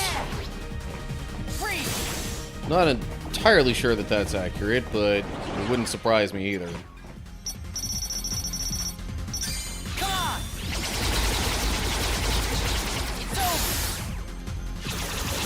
Oh, dang, okay. That thing can get a lot of hits in. And it also confuses the enemies, which is great for me.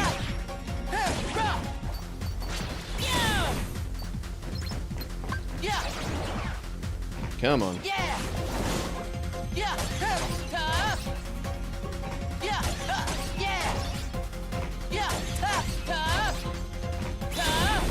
Okay. Are we done with enemies here now? Please tell me the answer is yes. Examine.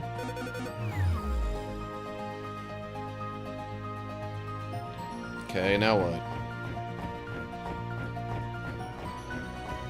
Oh. Oh, okay, the gravity's lighter. That makes sense. So I was probably gonna have to end up down there eventually anyway.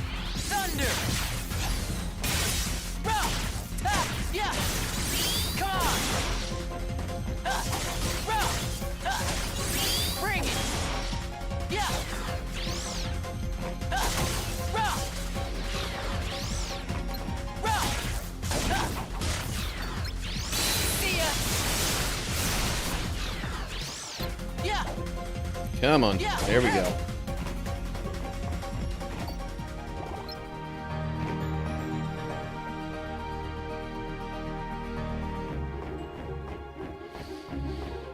Okay, well now that I know that that was just going to happen eventually anyway, I don't feel so bad about ending up down there on the bottom level.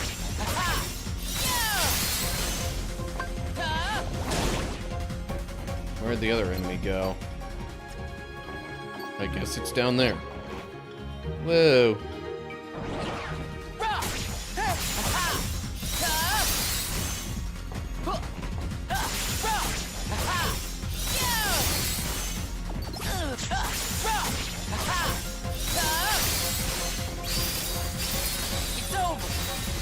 Gotta say, there's been a lot more fighting both here and in Olympus relative to the story progress of the prior worlds. Hold up.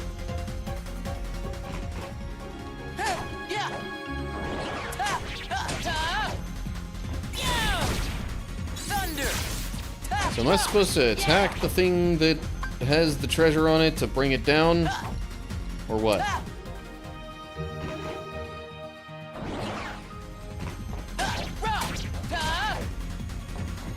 Oh, I'm all the way up at the top. So now maybe I can just turn the gravity back on and get over there to get the treasure back. Or just get to the treasure at all. Although, I don't know, that gap is, I don't know. It's not exactly a small gap in there.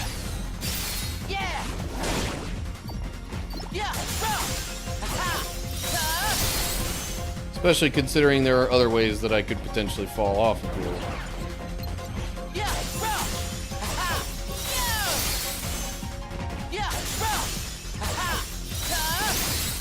Okay, well... Oh, you know what? Hang on. If I go to my action commands, and maybe... Yeah, now where would I... Air slide. Sweet! So now I can do this! Yeah!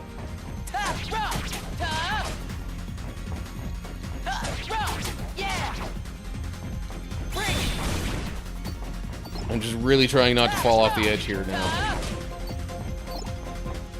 Open! Pulse Bomb. That's another shot lock ability. Interesting. Okay. Anti-gravity, back on. Yeah.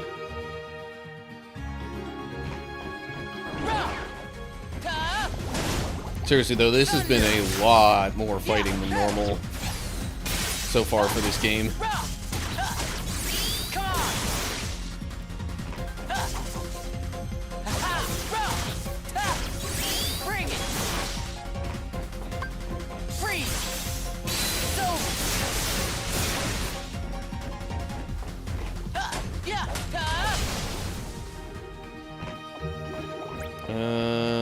Okay. Looks like the best way to go is this one.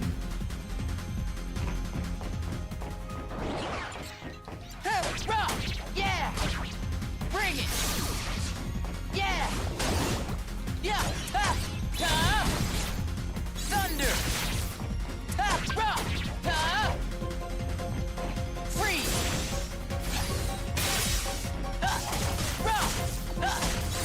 Come on! How did that miss? Yeah! Bring it!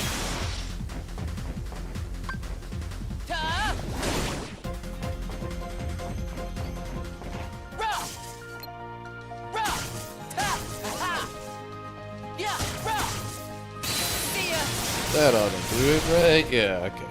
I don't know if there's even any point to breaking those things. Oh, hello. Hang on a second. Yeah! Hey, there we go. I got a sticker.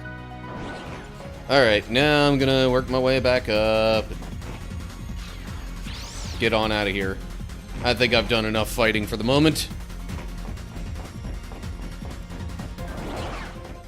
Especially because I don't know how much more progress there is to be made in this world, and I'm kind of coming up against my typical recording time. Ow.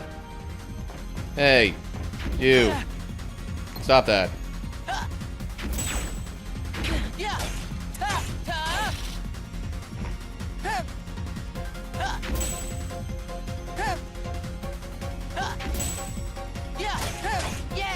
I'm like, how often should I be expecting it to shoot at me? Okay, well that's gone. Goody. There is one on the other side, though.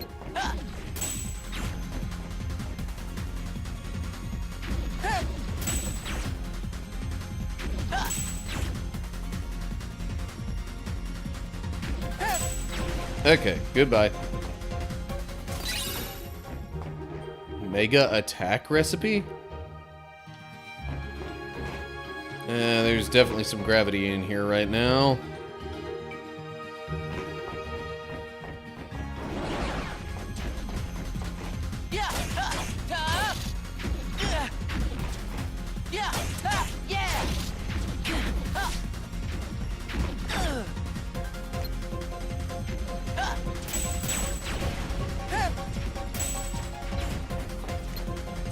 Whoa, what is this thing?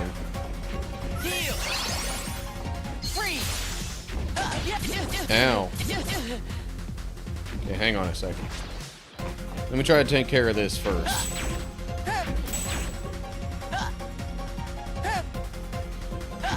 Okay. Now, without needing to worry about that, I can go on attacking as normal.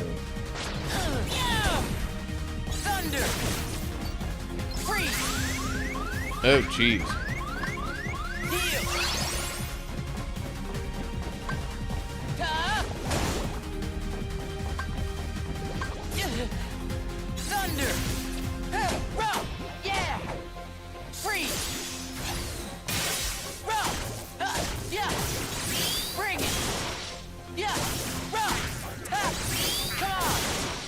Oh, jeez, they keep splitting into smaller ones? Presumably with less HP, though. So I guess, like, eventually they'll just be completely gone.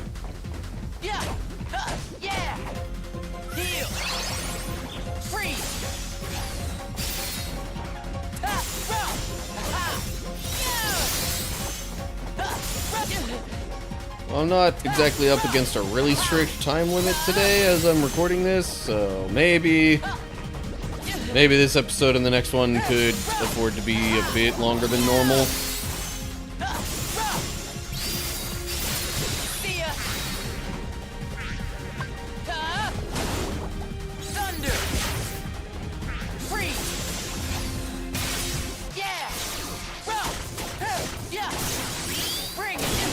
Ow.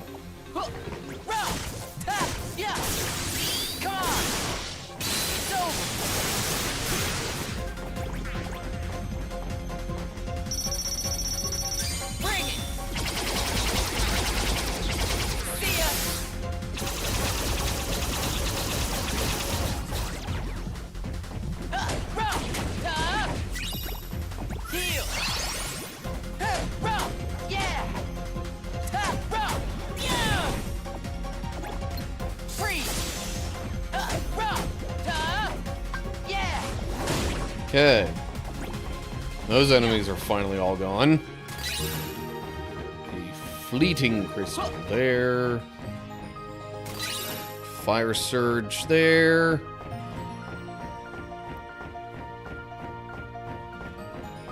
Okay, I'm not currently seeing any other treasures.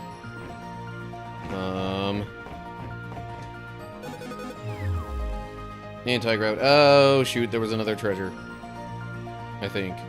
Unless that was one of the ones I already got. No, that was one I got. Okay. Oh, hello. There's an enemy over here. Yeah! Yeah!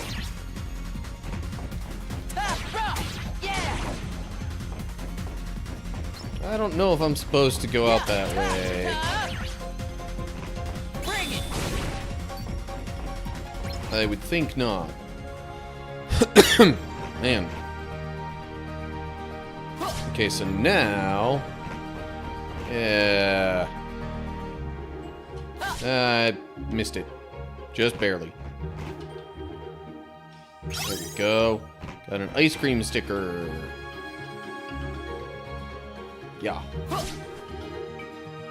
Okay. Open this up. What do we get? Xehanort's Report 1. Excerpts from Xehanort's writings. Interesting. Okay. So maybe I am supposed to... Hold up. Oh.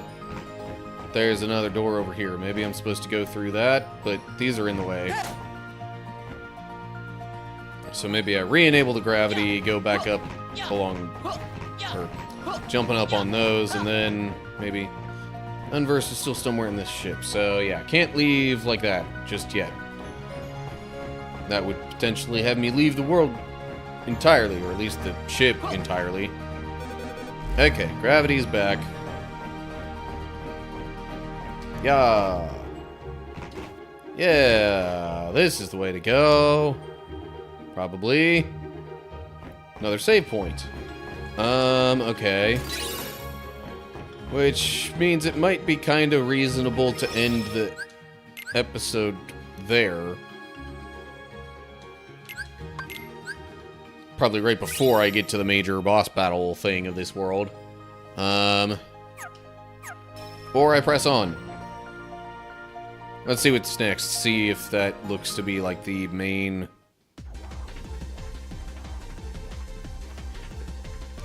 the main boss battle thing, so to speak. Well, we're back to this enemy, so maybe. End of the line!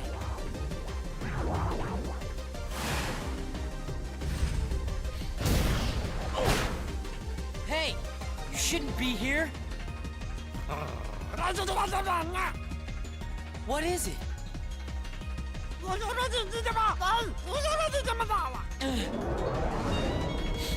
I have no clue what you're saying. When Experiment 626 starts hopping, throw him at the enemy.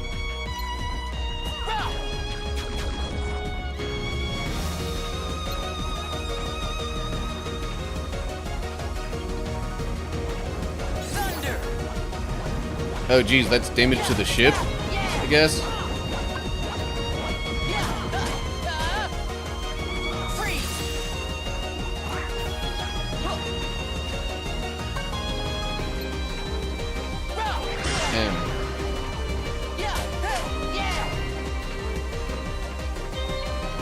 Where are you going? Ow. That hurts.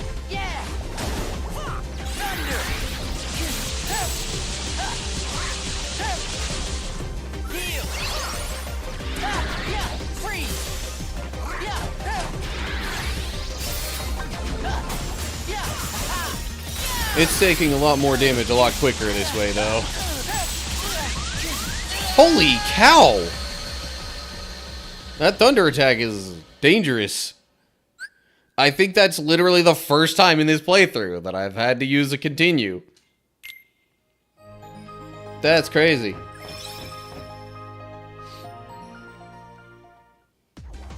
Let's try this again. Skip scene. Here's an idea. Why don't I start things off with a shot lock?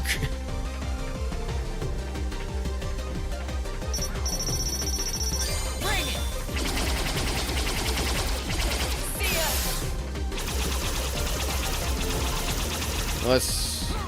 Okay. Started off not getting particularly many hits, but... Nope, that missed. No.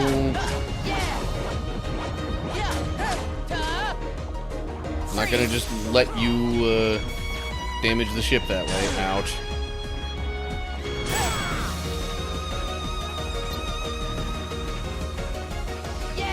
Ow. Dang, this thing is dangerous. Oh, come on!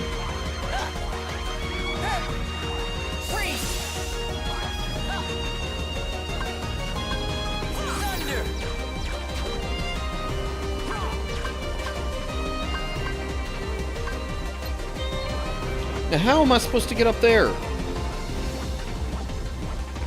Oh.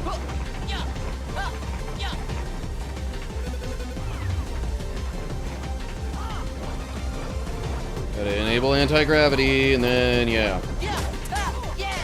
Maybe I should have had that going the whole time, actually. Ow.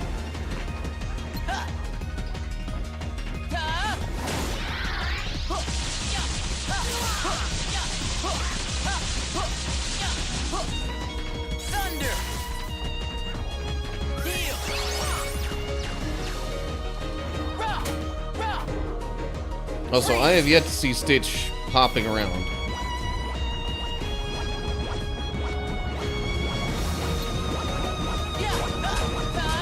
Also, it still refers to him as Experiment 626 here, I guess because technically before he goes to Earth, he's not referred to as Stitch.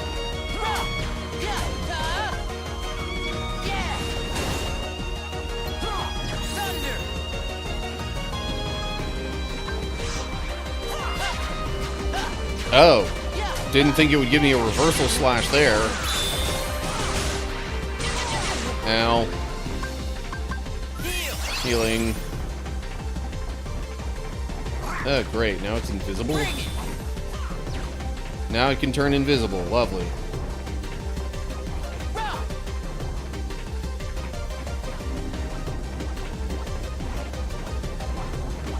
Alright, where are you at?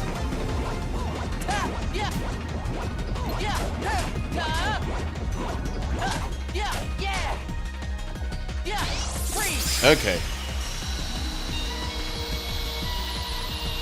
Just so long as I didn't get hit by that one attack, I guess it was fine.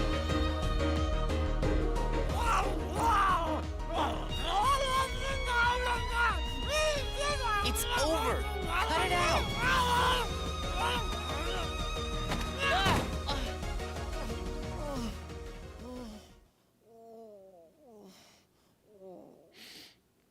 What's gotten into you? You got anger issues. Oh, there's that too. I see. Your Wayfinder broke. Well, don't worry. Friendship's more than an object. Friendship circle? Don't let the little mimic fool you. You saw for yourself what kind of monster that thing is. All it knows how to do is hurt and destroy. Monster? He helped me stop the monster! You must have triggered some sort of mutation, hidden in the little freak's genetic coding. Then, friend! That's right. We are friends. Better say your goodbyes now, because 626 is about to be destroyed. Stop that! Come on! Sound the alert! Prisoners on the loose! Don't let them get away!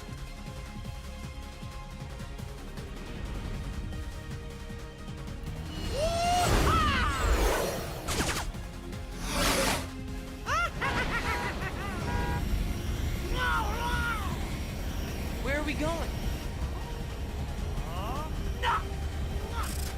Hyperdrive has been activated. System charging.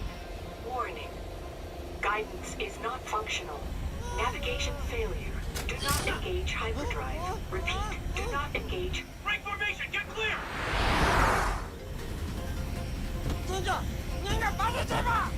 What is it? What's going on?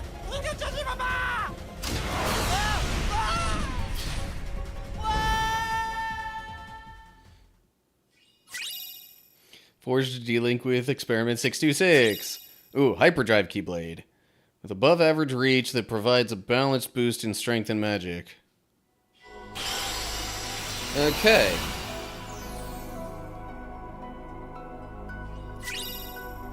Unlock the command board for deep space. Uh-huh. So now we've got that available. Hold up, what exactly is this supposed to be? Does it... Oh, that's Neverland. Okay. Yeah, I guess that makes sense. I mean, as far as, like, the look of it. Okay, well, I think that's enough for right now. Cleared 2 worlds in 1 recording. Not bad, not bad. Okay, well... I guess next time we're off to Neverland.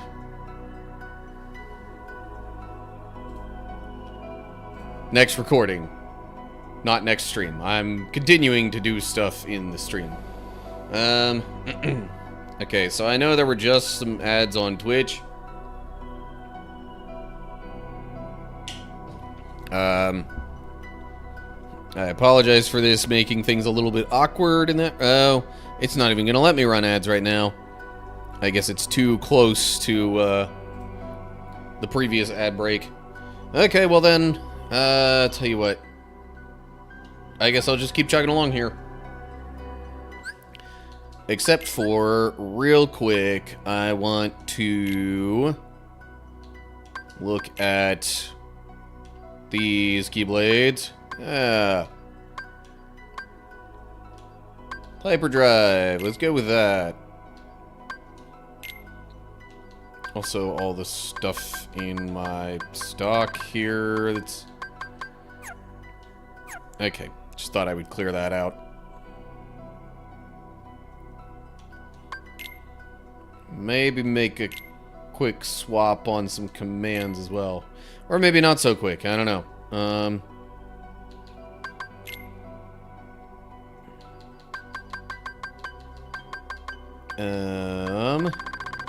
I'd like to make sure that I've got some kind of Cura magic going on. I'll put another Cura there, I guess. I don't need to actually have these ones equipped. Oh, and I can equip more, actually. Interesting. We'll get a Thundara in here. Maybe get another attack type. Or Blizzara is here.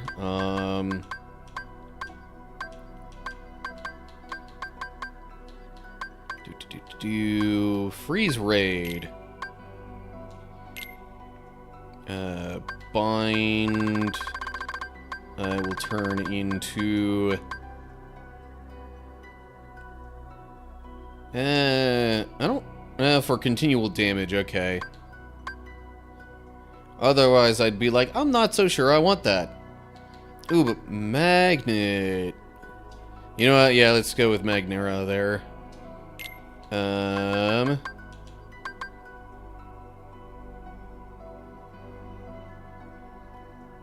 Lift enemies into the air and send them flying. Meh.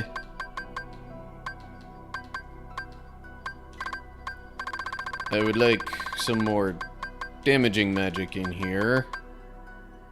So, could do Blizzara or Fyra.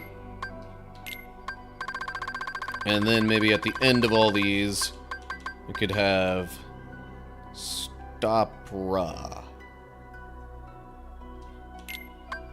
And this Poison Edge we'll swap out for Binding Strike. Sure, why not?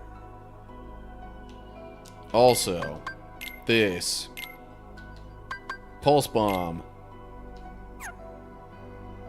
And any other action commands I might want to equip now.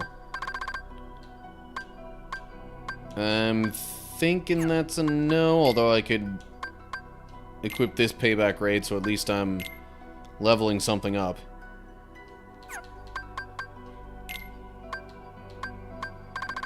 Okay.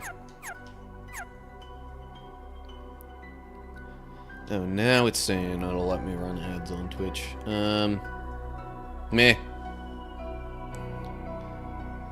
Honestly, the main reason I'm just considering that is because I could use a quick bathroom break.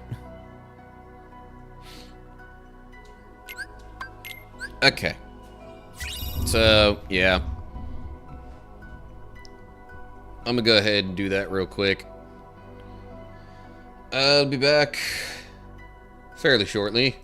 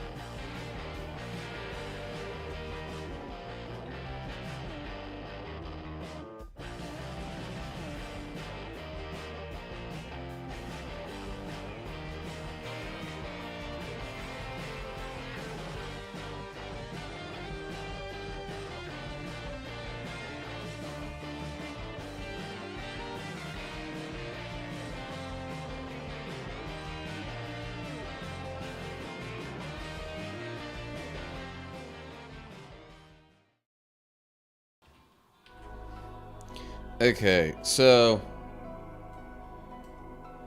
I've come to a bit of a realization of something that I might want to check on. But I'm trying to make sure that I do that without leaving my current tabs or anything like that. Yeah, no, it's okay, so maybe the time that I have on the schedule for today's stream is a little, or certainly started later than I have started this one.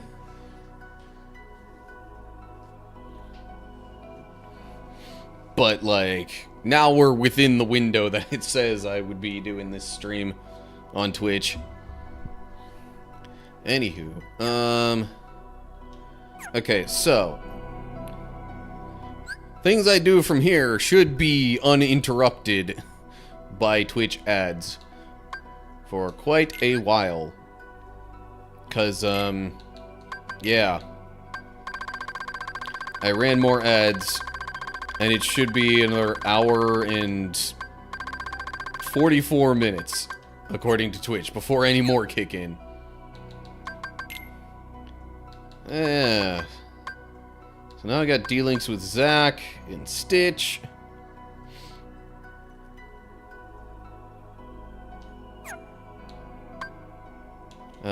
Which I still need to be using more of these. Man, there are so many that it's just like I only have 3 of them that are anywhere beyond existing. Like only 3 of them that seem to even have any kind of special abilities. Command styles, Wingblade. Using command style at... okay. Interesting. I'm not going to bother looking at the reports right now. Alright. So yeah. Apologies to Twitch peeps if ads kind of interrupted what I was just recently recording. Should not happen again for this portion. So here we go. Alrighty, so we have made it through Olympus and deep space and all these other worlds that you see over here with Ventus. And now we're on to Neverland, which I wonder if, as far as the story is concerned, like, is it gonna have me just, like, flung into Neverland by the, like, shockwave from Stitch going into hyperspace, or hitting hyperspeed, whatever.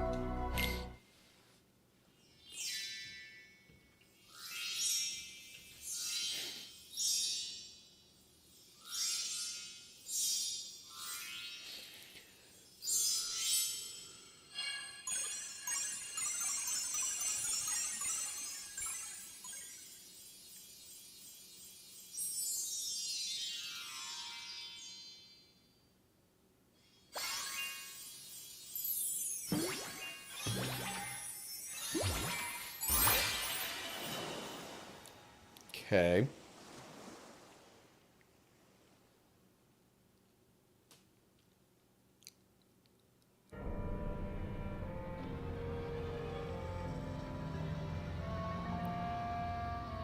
Oh, it's Mickey.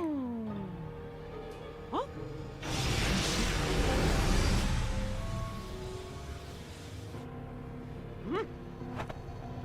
Move it.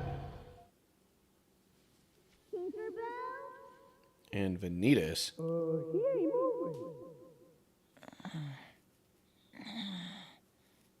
Let's try kicking him.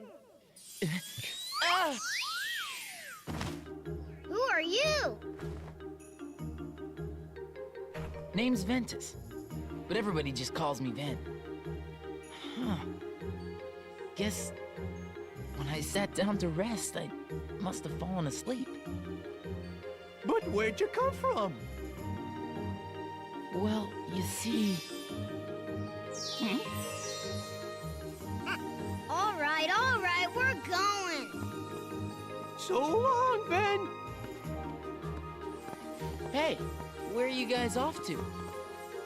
Tink saw a shooting star, and we're gonna go hunt it down. A shooting star? Mind if I come along? Of course not. But you gotta agree to follow us. Yeah, it's right over that way, by the Indian camp. Ready, man?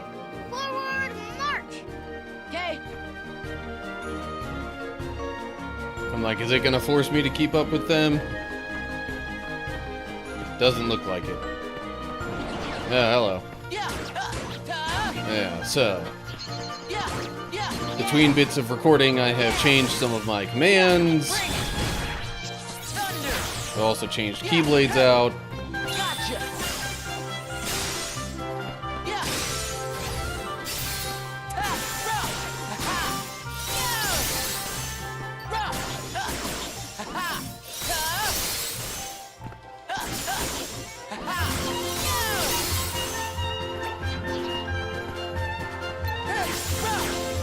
Basically, out of all the Keyblades I had available, this one has the best overall mix of attack and magic.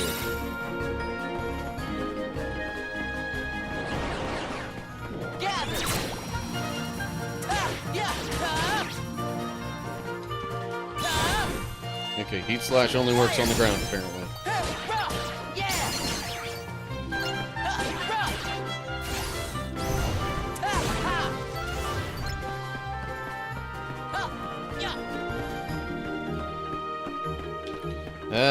Okay, I don't know if I want to actually go into another area that's, you know, off in a different direction.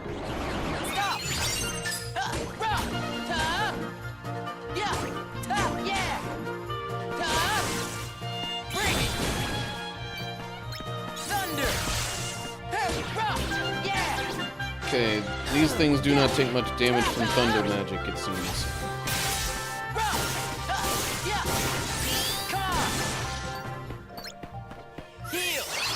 Man, that poison can deal some serious damage after a little bit.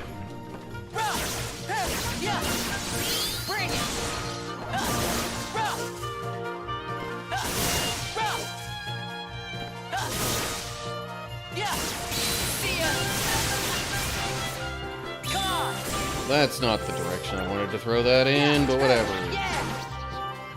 Magnet.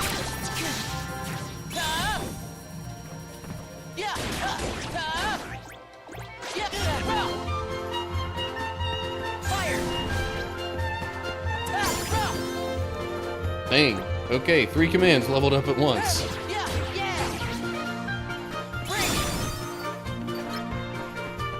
And 2 more commands just leveled up. And so did Ventus.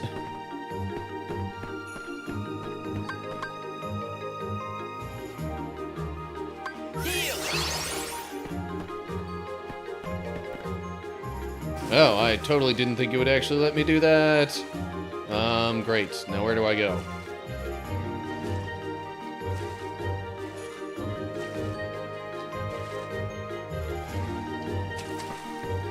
Oh shoot, can I get back to where I was just to make sure I don't miss anything? I think I came in from that way.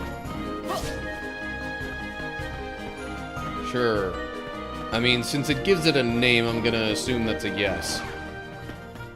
Gotcha!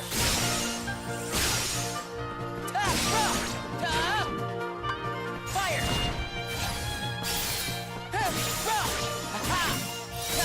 Kind of wondered after using both Blizzard and Fire Magic which one that it would lean towards for the command style.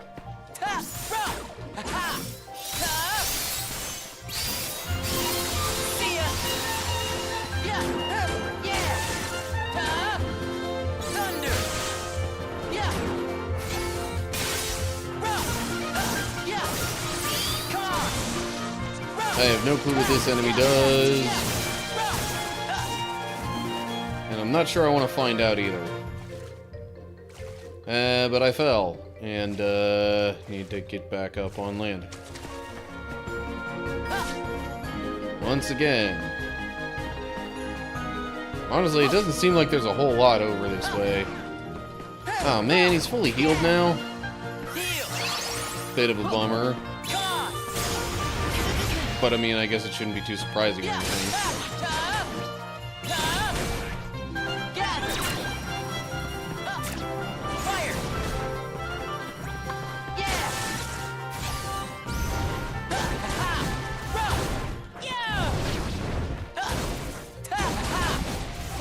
Seems like fire might do a little more damage to this enemy. Yeah, I still have a new shot lock to try out.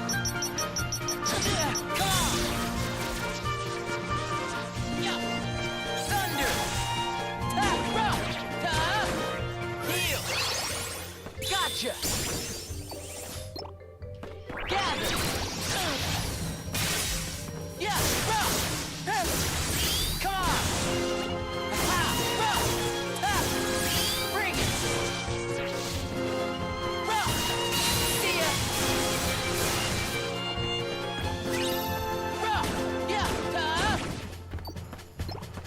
Okay. Fire! Yeah! Yeah! Thunder! Come on! Ooh, that did a lot. Yeah! Yeah! Yeah!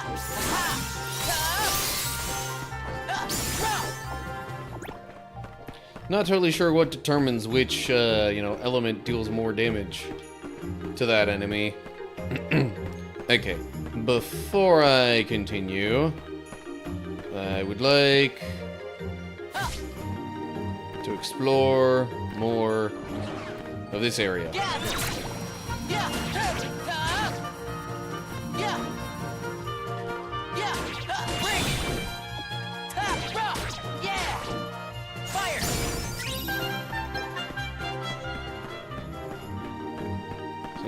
Okay, there's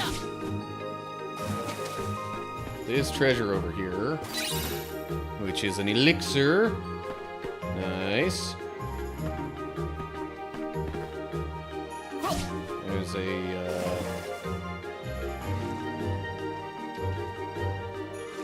There's a sticker right there, but I have no clue how I'm supposed to be able to get to it. Maybe that's something I can do later. I mean, I'm in Neverland, so learning a glide ability would not be too surprising. See, and there's another way I can go over there. That's probably just going to lead me to a different part of Neverland. I have no reason to think that's going to be a better idea than going this way.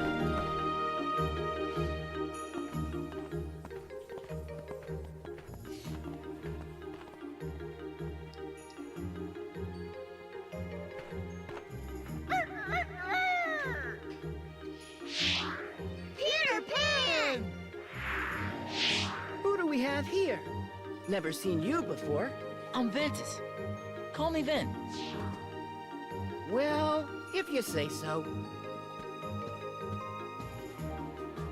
Tension! Now then, ma'am. I don't suppose you'd want to capture some real pirate treasure? Real pirate treasure? Sure! Well, guess who caught sight of Hook right when he was stashing his treasure? What do you say we sneak in and grab it? Oh, boy! Let's go! Ow! Oh!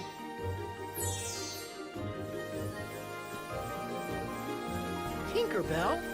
What's gotten into you? We were all supposed to go hunt for a shooting star together. Forget that. Pirate treasure is way more fun. Tink, you're coming with us. Well, that's no way to respond to an invitation. Come on, Ben. You're a better sport than her, right? I'd love to join you, but first I want to find the shooting star.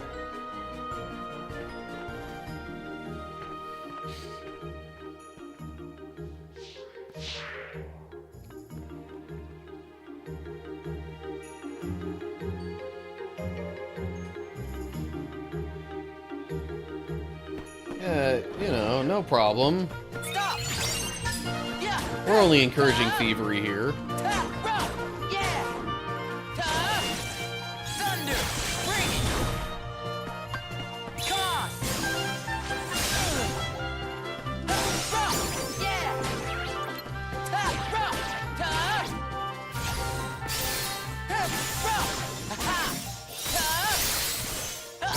Okay.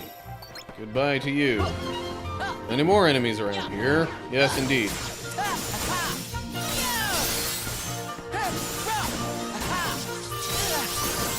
What did I just get hit by?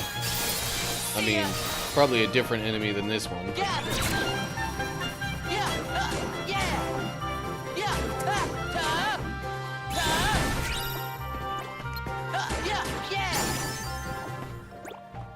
Okay.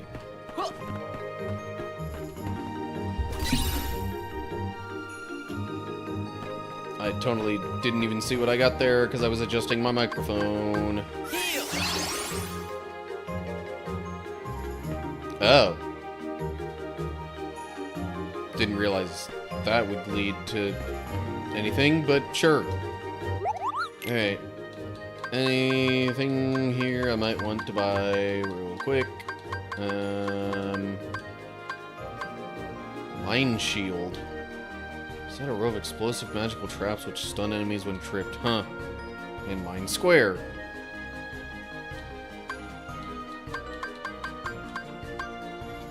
I could buy arrow raw.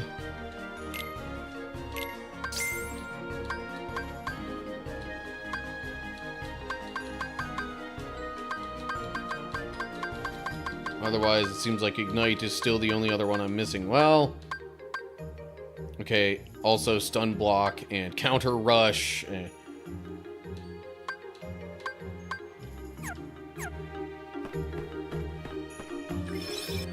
So it's not like I'm running out of new abilities that I could gain anytime soon.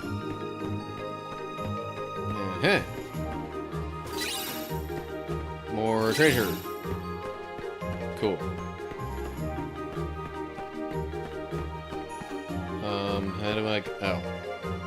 That's a really tiny staircase, I'm just saying. I assume that's the way to go. Okay, you know what? I don't want to fight you again, I just fought you. I'm going this way.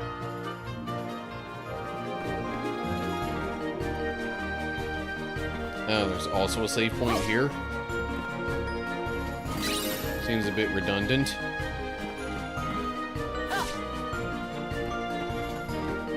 Hey, map?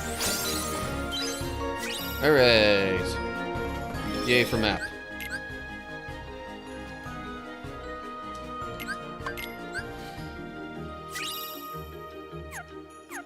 Now, which way to go from here?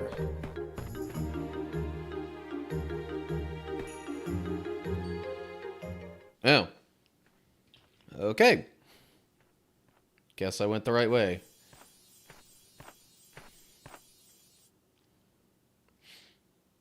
Mickey's Star Shard? A shooting star and a pixie. Must be me birthday. Let Tinkerbell go! Ha! One of Peter Pan's brats. Well, tell that cowardly sparrow, if he wants his precious Tinkerbell back, he'd best meet me at Mermaid Lagoon. Stop! Scram!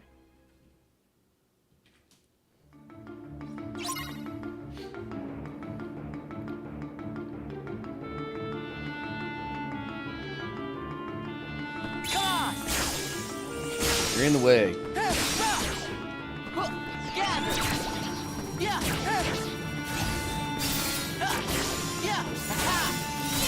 I thought I saw there was supposed to be a command style that's like magnet-based.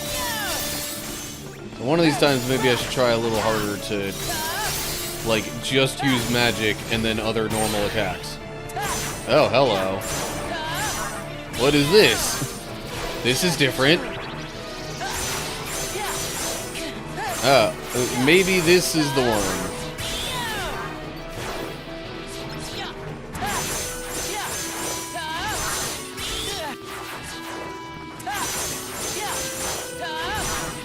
Oh, these enemies. They're so annoying.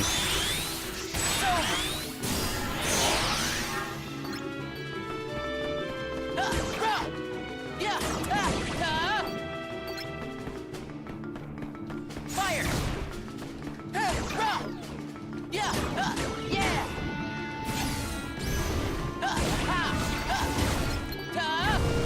If multiple of them hadn't already taken some damage, I was thinking maybe I'd use a shot lock. Well, maybe now I'll use a shot lock once Firestorm is done.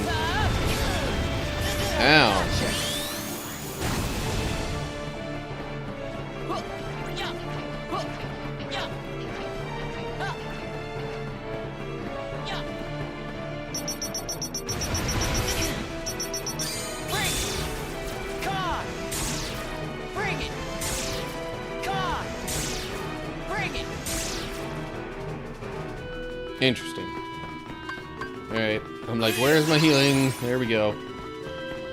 D-Link time? Let's give it a whirl. Terra.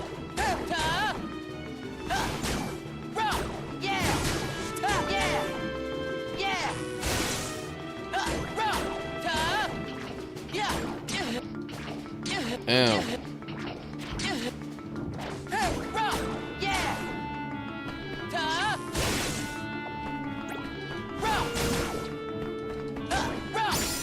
Okay. Solid finish.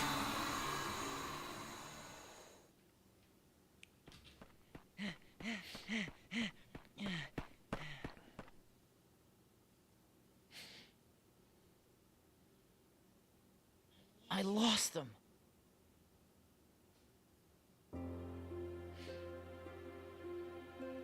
What is this? You ever wonder what stars are? Where light comes from?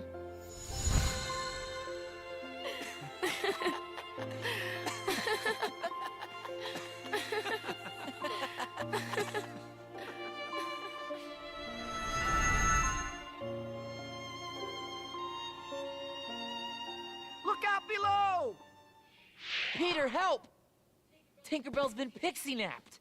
Then I'm too late. Hook's gonna pay for this. He said to meet him at Mermaid Lagoon. Gotta be an ambush. Huh, that old codfish thinks he's clever. Hey, I'm going too. Well, we have to hurry. Can you keep up? You bet. I don't know. Can I keep up? Also, which way is Mermaid Lagoon? It kind of pointed me this way. That's the jungle clearing.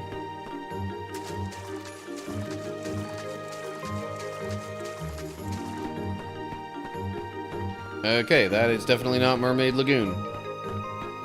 So I guess maybe I do go to the jungle clearing. Maybe it'll be through there.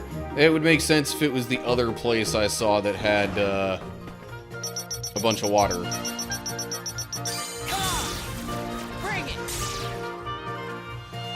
Oh geez, so if I hit it way too fast, then Gotcha. nothing much really happens. Yeah. Yeah. Gather. Fire. Run. Ha. Yeah. Ha. Run. See ya. Run. Okay, so yeah, Mermaid Lagoon.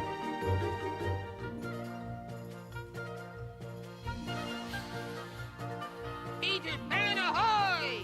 Man along, Tom, and fire!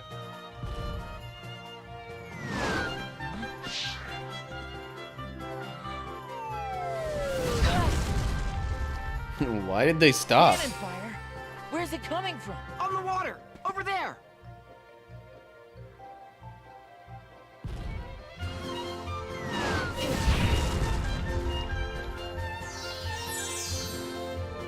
Tink, it's you! And you're all right! Yeah, what happened? I thought she was A strange captured. fellow with a funny-looking sword has... Hold on! I gotta stop that cannon! Okay, I'll go after Hook. Right. Tink, if you would.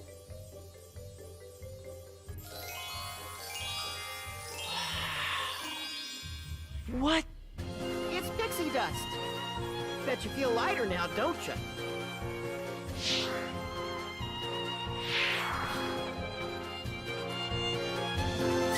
Obtained glide! Yay!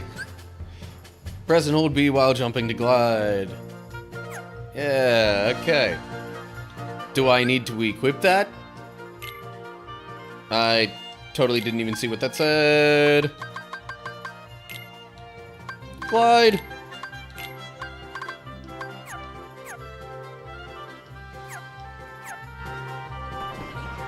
Hopefully that's all it was saying.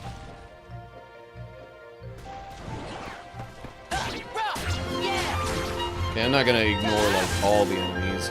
Although... Maybe I should, because there's cannon fire coming my way now. Well, phooey. Alright, fine. Tell you what. Let me go over here. And before I forget about it... Yeah. Got a Dale sticker. Why am I getting a Dale sticker here? Seems like kind of an odd place for it.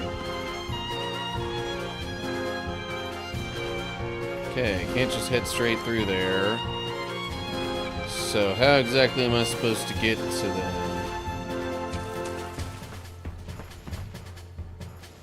Oh. I guess maybe by using this path.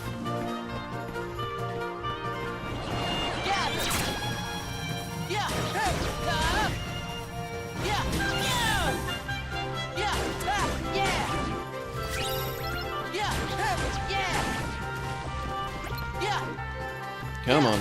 There we go.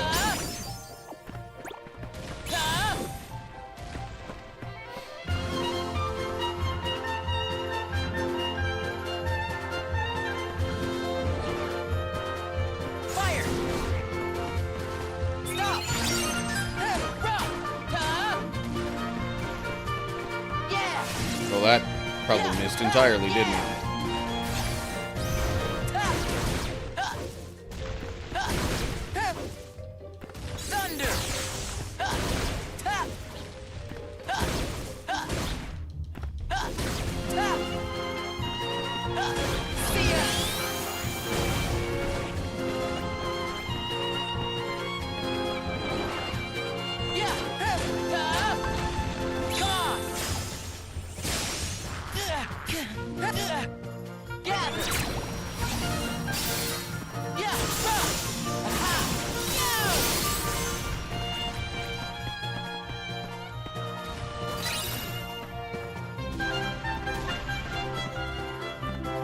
I assume I'm supposed to just keep going this way.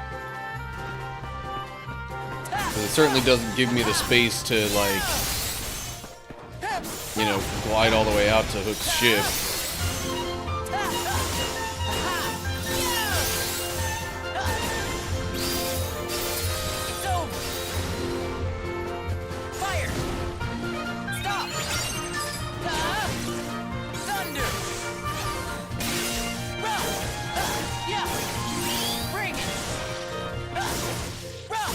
Yeah, I'm not exactly inclined to, like,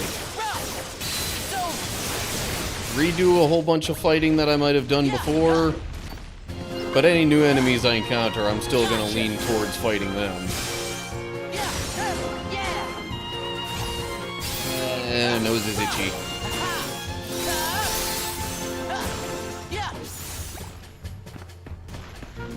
Treasure? Nope, it's a mimic. But I can still magnetize it.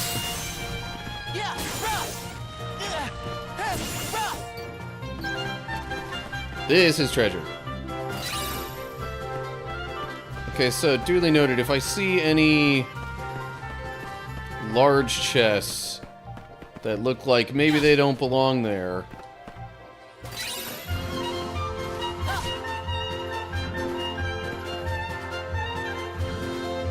that could be a decent sign that it's a mimic instead of an actual treasure. Okay.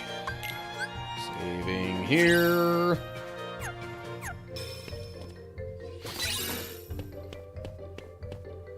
Yep, and a little more story.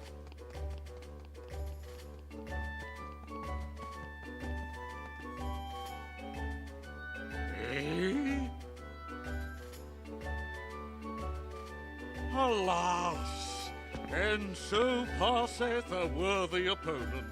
To think that his would be such an inglorious end.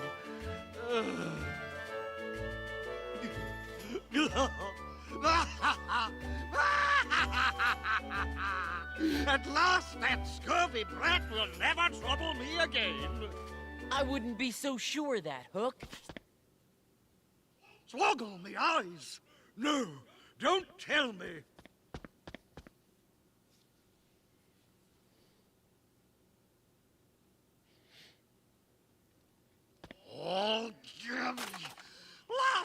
Peter Pan!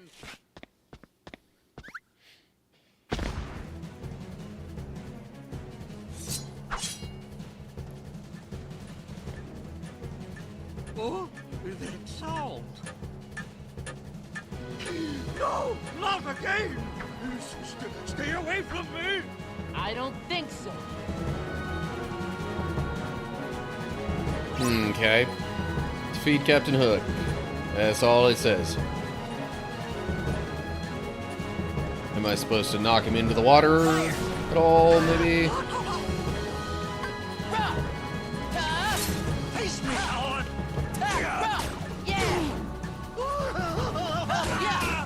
Okay. So yes, I see knocking him into the water is part of it. I'll get you for this! I'll run you through! Okay. How do I get back up? Nope. Fog on it.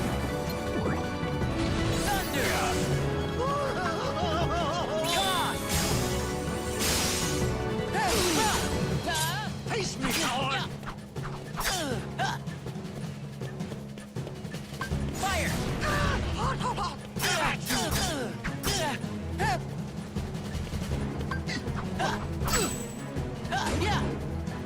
Yeah! Face me, coward! Yeah! Face me, coward! Thunder! Face me, coward! Yeah! Yeah! Face me, coward! Deal! Gotcha! Face me, coward! Present foil! Face me, coward! I'm trying to do a reversal kind of thing. Oh well.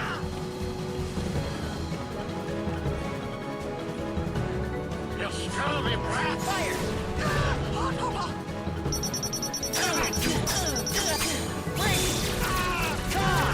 Oh shoot.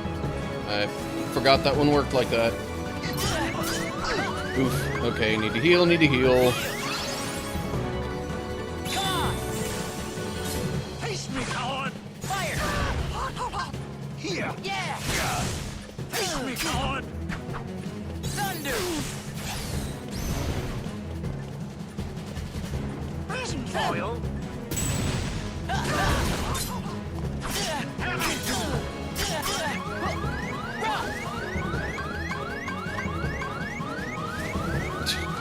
Didn't mean to do that.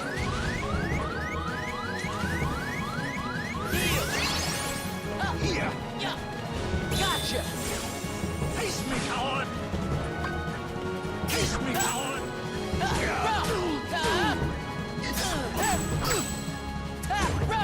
Yeah!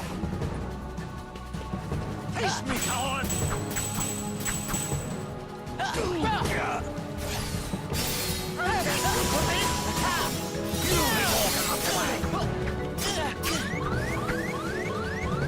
Present foil!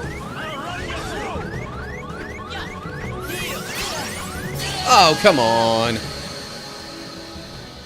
Because I got interrupted while casting Cure, I guess? Okay. Lame.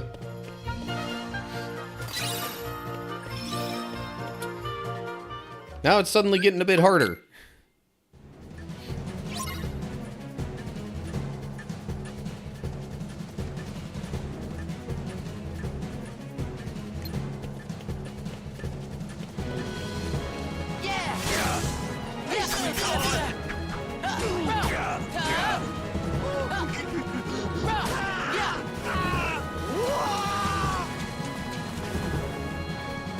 Thunder! I'll get you for this! Deal!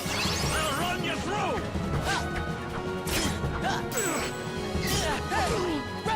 Yeah! Present foil! Oh, come on. Here! Really? Face me, coward! Face me, coward! Yeah! Yeah! Gather! Face me, coward! Yeah!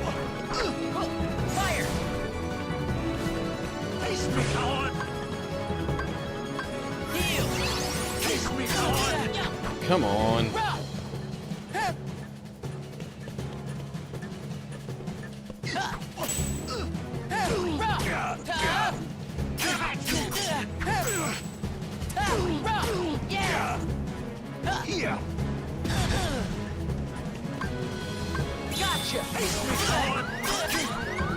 Oh my gosh, come on! It's... having to cycle through the commands to find cure. Not exactly efficient. And that's what's getting me right now. Or at least part of it.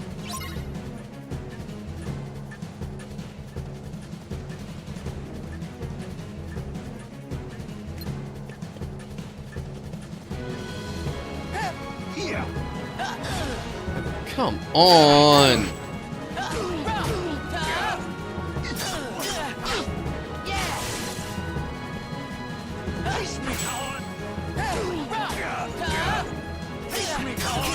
It, like, didn't even let me do anything there.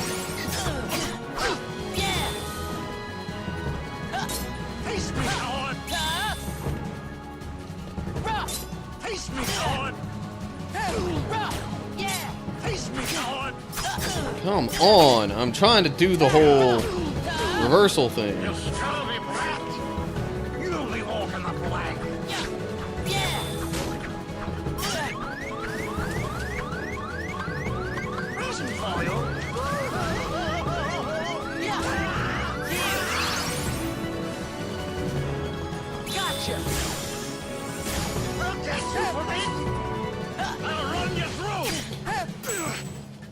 Oh, come on. Just because my timing wasn't quite ideal?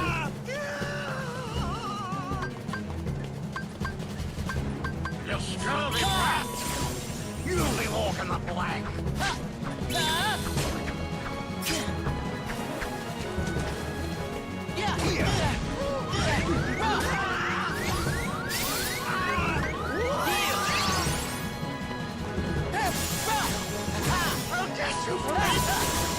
I'll run you through!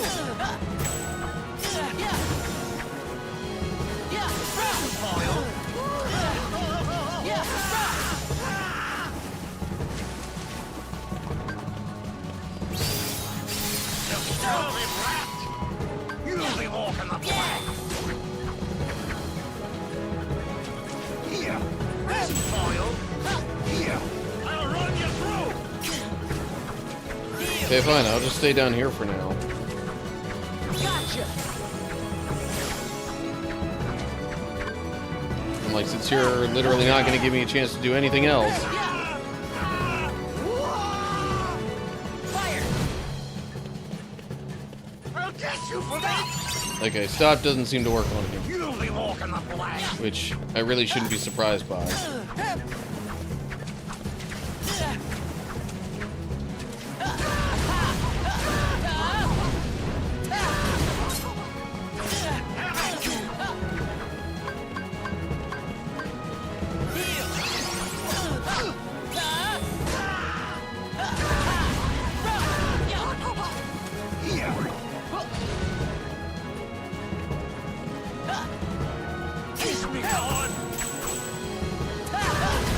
Fire also seems especially effective at least getting him to stop whatever he's doing.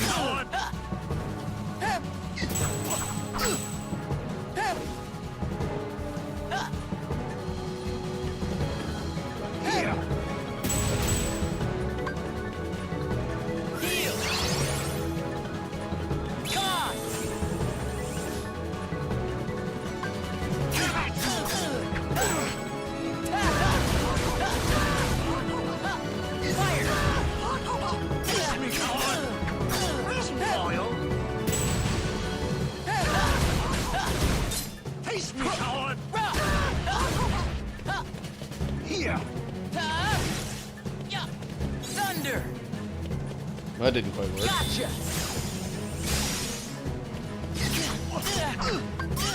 Really? Healing. Fire. Resin foil!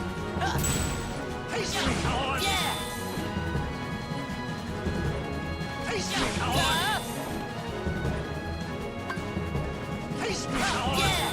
I keep trying to hit him like that, but it's not working.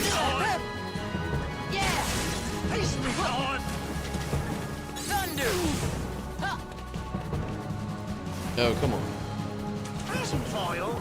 No thanks.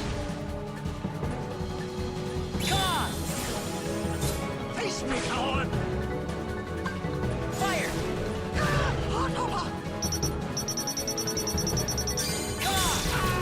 Bring it! Come on! Bring it! Come on! Bring it! Okay, so there's that.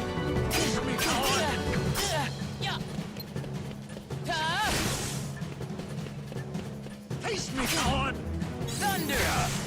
You scurvy brat! Heal! I'll run you through!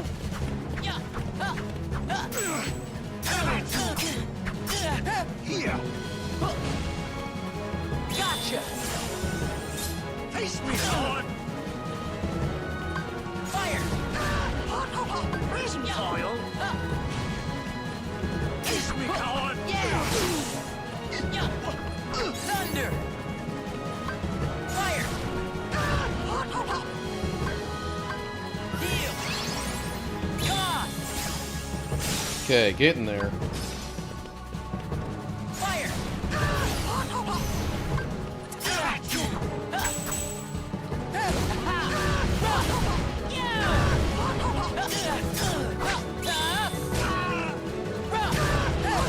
Okay, I think I'm getting close enough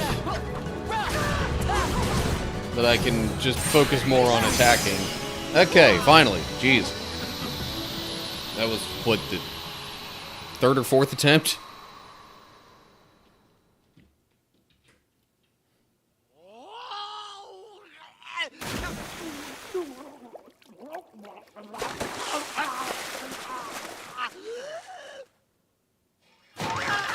Leave me alone! Help me!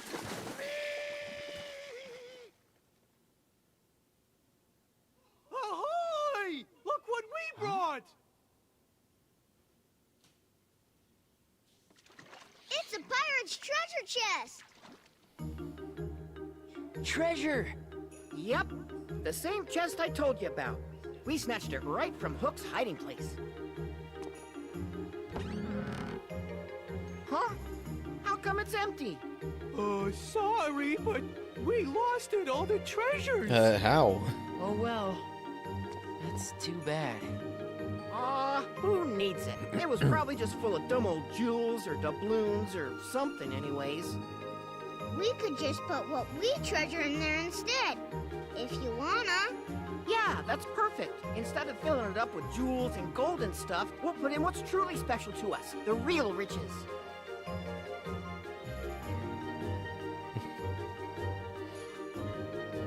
What are you putting in, Ben? I don't know.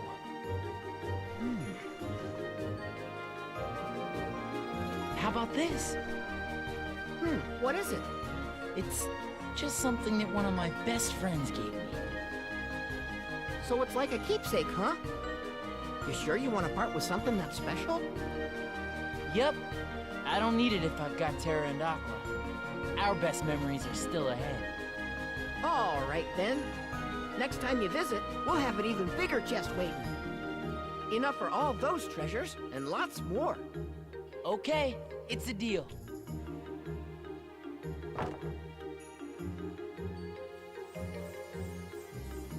Oh, wait, Tink.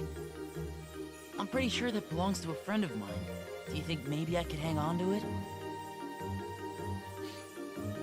She's Now, like, Tink? nuh-uh. But reluctantly, after Peter Pan calls her out on it.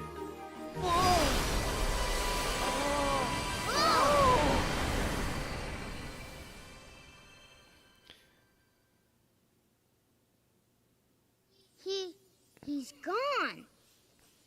Look, the light!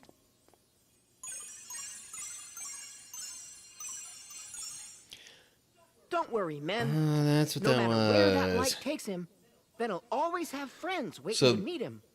the one we saw at the beginning of this world was probably Mickey ending up here. Forced to de-link with Peter Pan. Pixie Petal. A Keyblade that makes up for its poor reach with an extra boost in magic. It also makes it easier to land critical hits and deals higher damage when you do. Okay. What next? Unlock the command board for Neverland. Gosh, the king must be pretty far away by now.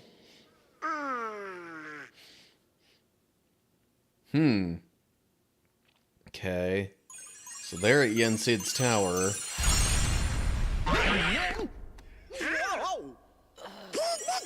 Nope. Nope, doesn't look like him. Oh. Huh? Look, that feller's got the star shard the king borrowed. King? Oh, you must be talking about Mickey. I saw him. What? Yep. Huh? Hey, take it easy. Let's go. What? Huh?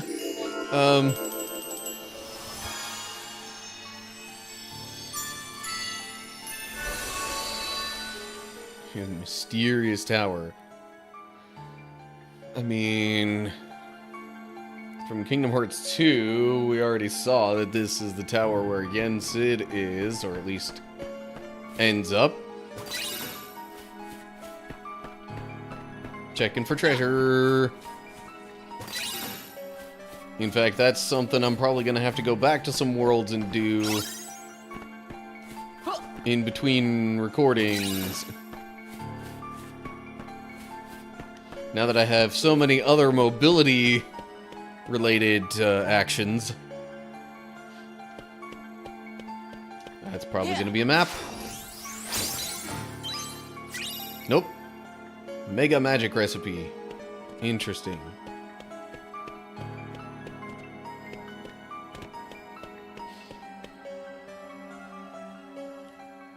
Yen Sid, sir, we just got a clue as to where the king might be. Ventus. Huh? Heracus has told me much about you. If I am not mistaken, you were ordered to return home. Well, sir, No matter. Huh? Mickey has difficulty following directions, too. Where is this clue to Mickey's whereabouts? I got it! This feller Venquist, Ventilate, Veggie, just got him then. Sure. That's what I usually go by. Dad had it when he got here. Please explain. I ran into Mickey, but we got sent flying into the light. I don't know where he went. He wasn't in the same world as the one where I found that. As I thought, Mickey has been hurling himself from one world to the next. That explains why I could not discern his location. You can now, can you? Yes, I can. Now that he doesn't have that, to send him to a different world.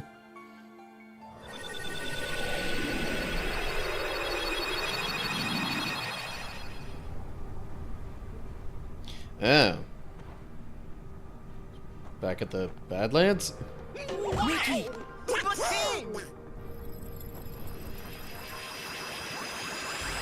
Is that because of Vanitas again? Where'd he go? Is he okay? There is a dark and powerful force that is interfering with my magic. Just tell us where the king is, Mr. Yen Sid, sir, and me and Donald will go right there and save him. You two? That may not be adequate. But I'm the captain of the King's Royal Knights. And I'm his magician. I'll find him. I recognize the place we saw. And you know we'll go with you. No, I owe him. Mickey saved me once, and I can't risk putting his friends in danger. Don't worry. I swear I'll bring him back safe. Very well, Ventus. We will leave it to you.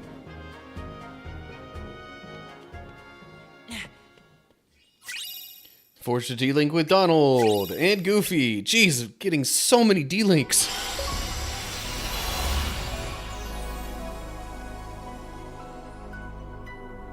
Okay. Got an achievement for clearing that. And I assume, yeah, the Badlands are available once again. That still says combat level 4. I don't know about that. I'd imagine Vanitas is going to be a little stronger this time around. But, you know what? I guess I'll check it out. Let me save first, though.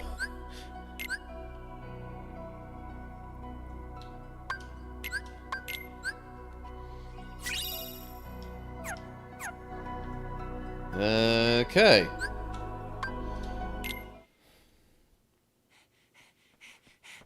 Mickey! If it's anything like before, it's just gonna be a battle and maybe some cutscenes, so like shouldn't be too terribly long.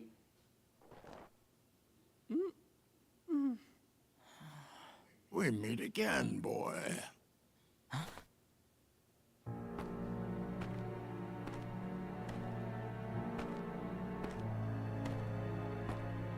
Yeah.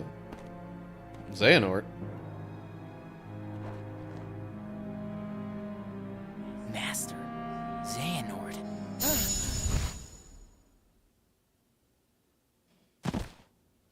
Oof. All sorts of memories. Ah, yes. Flooding So back. you're starting to realize what you lost. Oh, but not for good. You had to lose in order to find. Now it can all be yours again if you only reach out and take it. Reclaim the part that left you. Clash with him. Pure light against pure darkness to forge the ultimate key. The all-powerful Keyblade!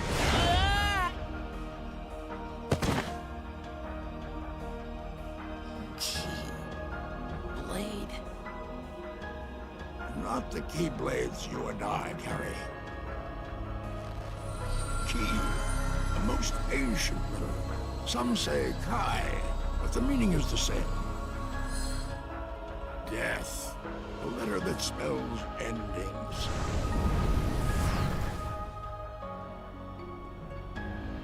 And I have the power to make it? Correct. Ericus knows it too. He knows exactly what you are. The Master? Haven't you ever wondered why he never granted you permission to leave his side, to grow stronger? Ericus was frightened of you. If you were to learn the truth, realize what you are, he never trusted you. Why else would he keep you within his sight at all times?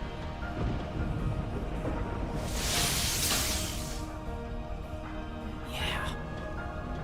He never let me see other worlds, no matter how much I asked.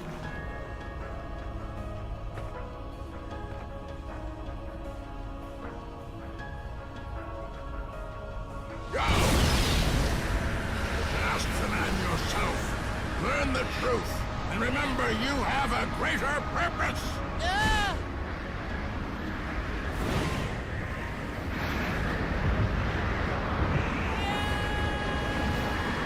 So, is that going to take him back to the land of departure?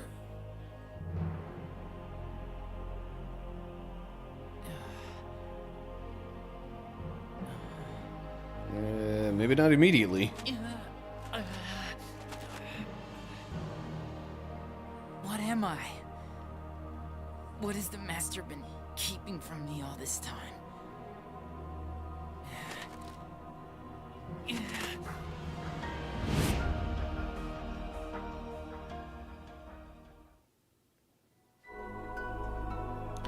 Okay, so then there's that. However, I feel like this is long enough for one recording. Don't want to keep going along too much further, although... See, now I'm like, am I actually real close to the end of Ven's storyline here? But I would think there's going to be at least one more big boss battle of some sort before it's over, so, like, I don't want to... Yeah, I'm thinking it's best if I don't go any further from here just yet.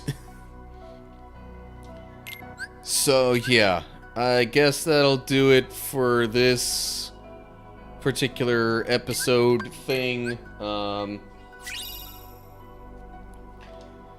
And that's where we'll continue from here. And if it turns out that is the end of Ven's storyline and it wraps up pretty quickly, then, well, I'll just be able to move on to somebody else's story. Anyway, okay. Enough recording for now, but that does not prevent me from going back to other worlds and collecting other stickers and treasures and things that I might have missed before. Speaking of stickers... Sticker album. Arrange. Where to put you? Probably just, like, back here somewhere.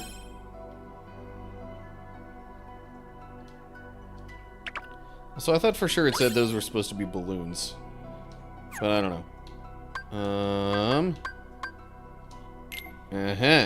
We got another ice cream scoop. We'll put that right there. Just keep making the stack bigger.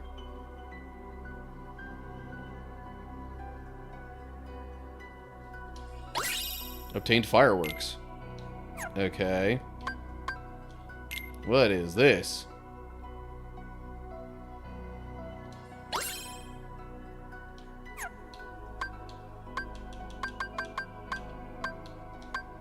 Is that another sticker or what?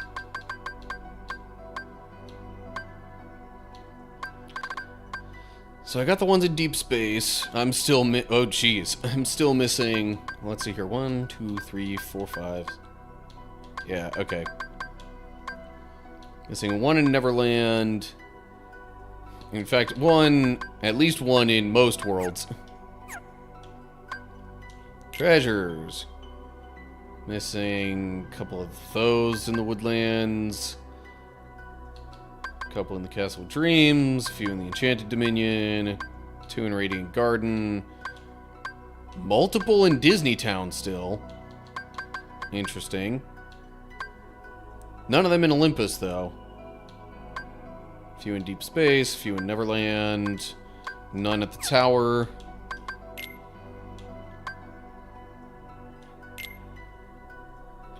Okay, so that's that one. Blob Mob.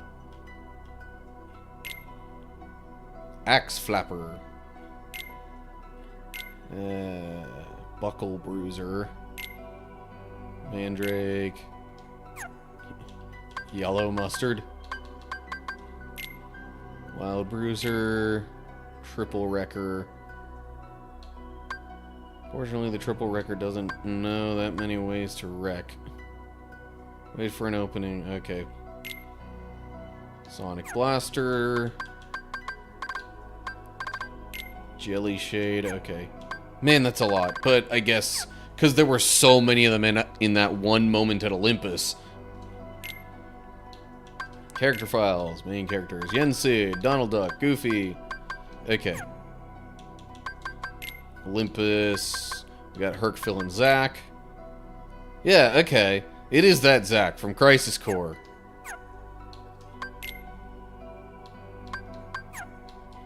Neverland. I'm sorry, Slightly is what he goes by? Can't say I knew that off the top of my head. Game records. Arena missions. Okay.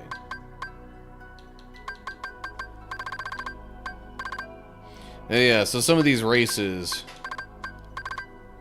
I have available. Although I might have to do those in the Mirage Arena for them to count towards those particular things. I don't know.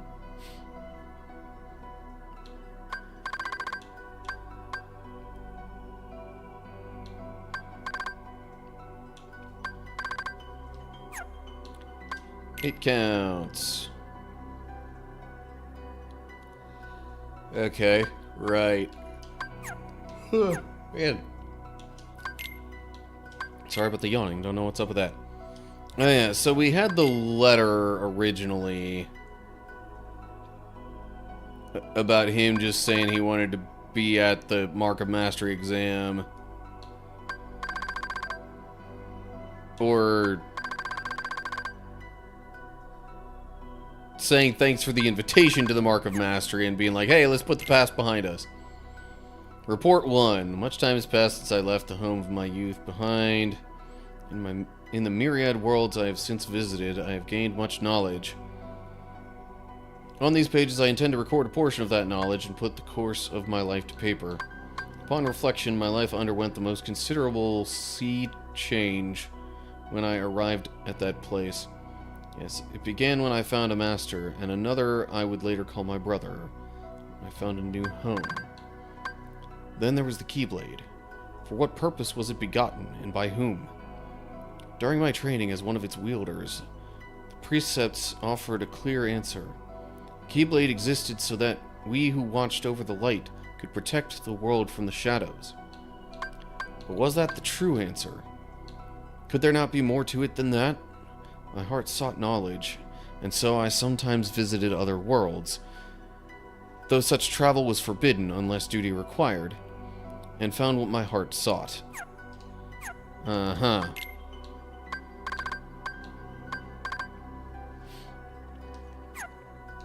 Okay. Again, more D-Links. Oh, hey, there is a thing for Terra there now. Overdrive. What does that mean? Can I... It won't let me look at what that means.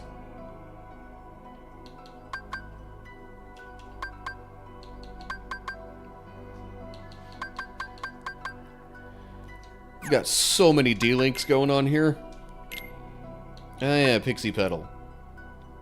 So, lower strength and apparently shorter reach. It's got 3 more magic, though, and only 1 less strength. I have... Well, no. I was gonna say I have been using magic more than attacks, but no, not really. That's just within the commands that has been the case.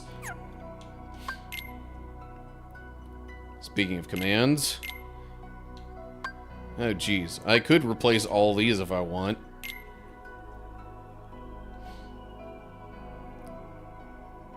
Put another quick blitz in there.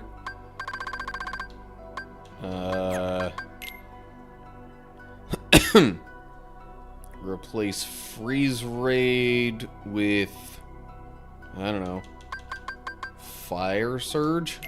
Actually, no. Let's replace it with another raid. And this, I'm actually going to make another physical thing here.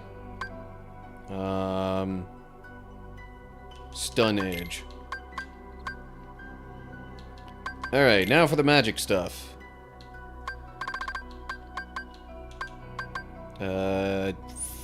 Fyra. I'd rather keep some kind of healing here. There's another Cura I can level up. Okay.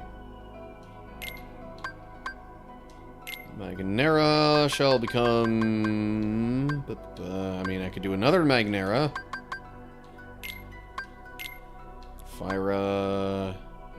There can become... what's another damage-dealing one? Could level up another Thundara. Or Blizzara. Oh, there's a Faraga available? Oh, okay, hang on. Let me replace Fyra with that. And then this... Cover from all negative status effects. Huh. And that's just an outright... There's no levels to Isuna, apparently. Which I guess shouldn't be entirely surprising. Alright, I've been putting off using Zero Gravira. I should probably just, you know, finally do something with that.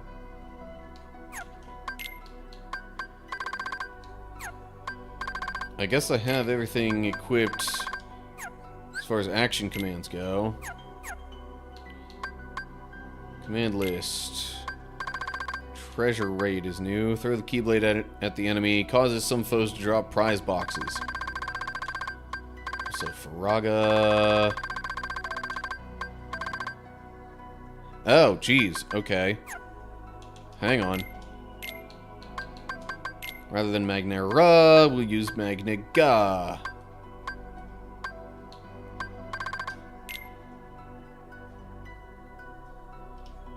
I think that's the only other change I want to make, though.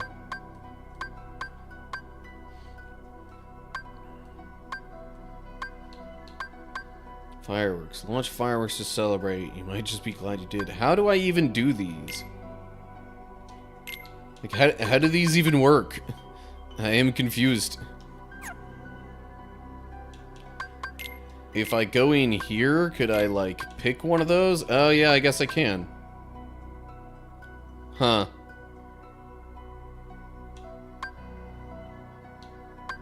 You might just be glad you did. That really, I don't know.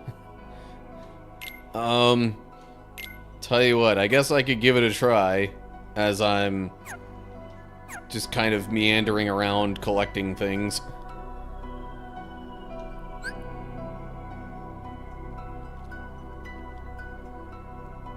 I think the cottage clearing had a... yeah. Ice cream sticker. So is that... no, there must be other things that I was missing. More ice cream. We're stacking it up real high here.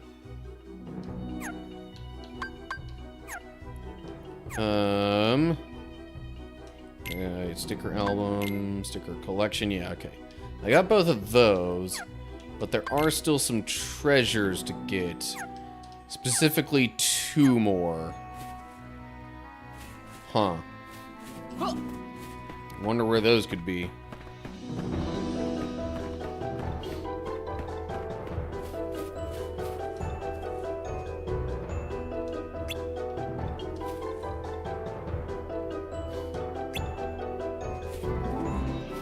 Still thinks I'm a thief, eh?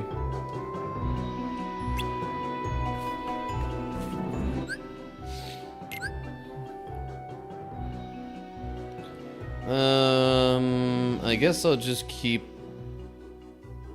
you know what? I'll go with slot 4 for now.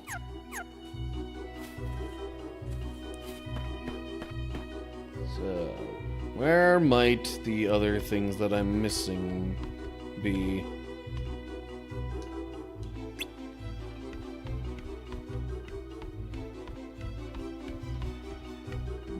Not go upstairs. Okay. Seemingly nothing in here. So what if I go back out this way? The deep woods. Okay, so I got those. Fire! Oh geez, this is gonna be so easy. Because how much higher a level I am than the enemies. Which is good, because it makes the exploring easier.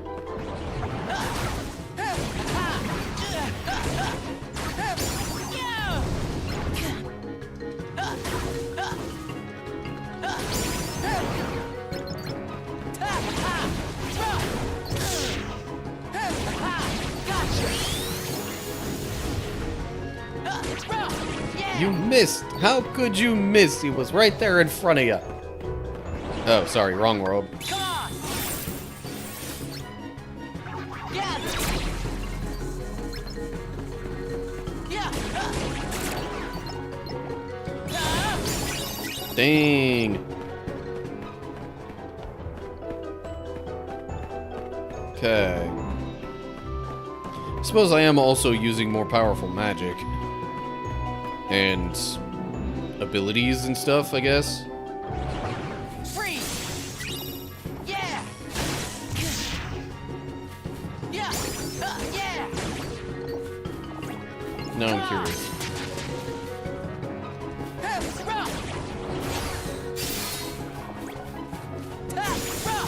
Well, the fireworks didn't really seem to do much of anything there. But maybe it's because I'm supposed to do it after I finish a battle instead of in the midst of one.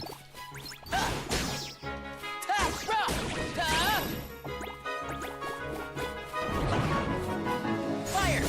Boom.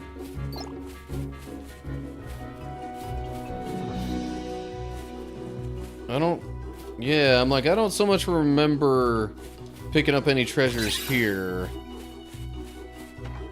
in an area like this. In fact, I think this was just where we met where we just met the old woman who is really the evil queen in disguise. There seems to be one other treasure that I'm missing somehow. You know what else would be really good to do? Work on some D-links. Oh, come on.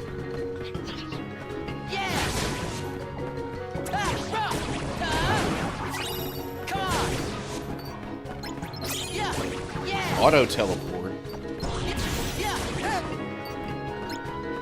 In fact, I think it just did it right there. Holy cow. That's like even better than the reversal stuff.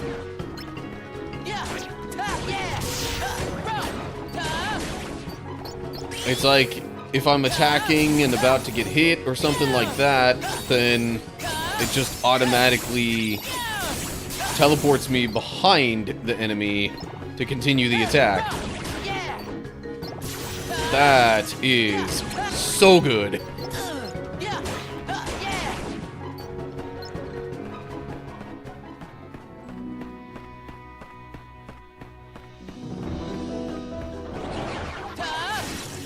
Well, I think if I'm gonna end up having a go-to D-Link, could very well be this one.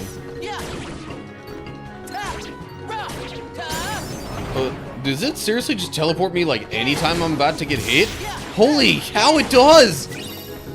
I wasn't even pressing A to attack there, so it's not like that triggered it. Okay, but it does have to be an attack that's in front of me, probably. But still, good golly, this is... Oh, man.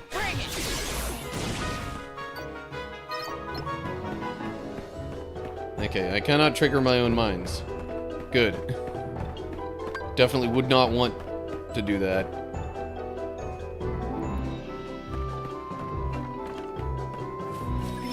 Oh, shoot. I was thinking Kingdom Hearts 2 again for a second, dagnabbit. What the? No, I didn't want to go to the world map. Send me back. Or, tell you what, let me go to the mine entrance. Speaking of which, is there anything in this mine here that I'm missing? I will check after I look at what all stuff I can buy.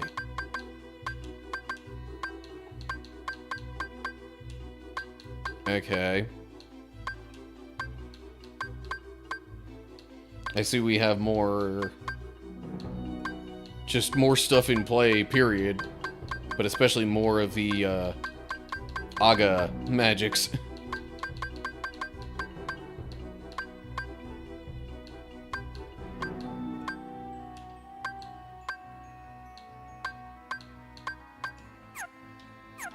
Okay, nothing new that I can afford, though. What I was trying to do before was go to the world map. No, not the world map. I was just trying to save. Man, okay. Well, that's clearly where I messed that up. So you know what? Let me go back to the cottage clearing just to do my best to make sure I don't miss anything. Man. I think once I have fully explored this world, I'm gonna kind of leave things at that for today's stream. Yeah. Yeah. Yeah. Yeah.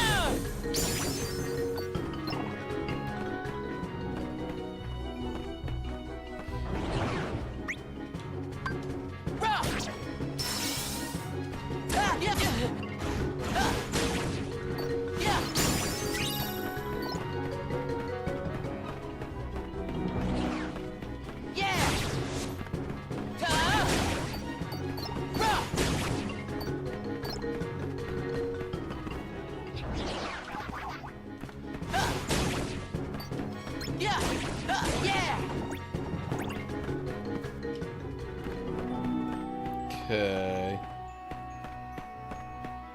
Not seeing anything so far that looks like I'm missing it. Float.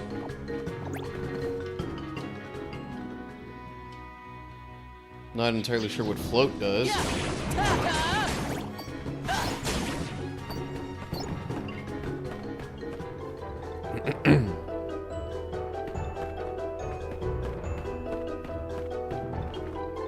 Okay, not seeing any treasures out in this area. Oh, hello. There's another, like, challenge thingamajiggy. Interesting.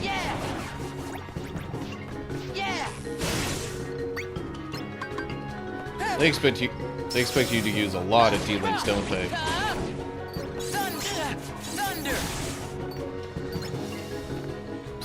Attack boost.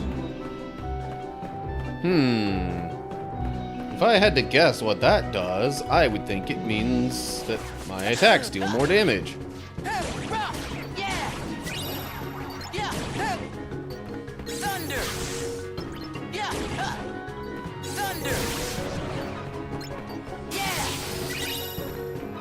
Oh, these things.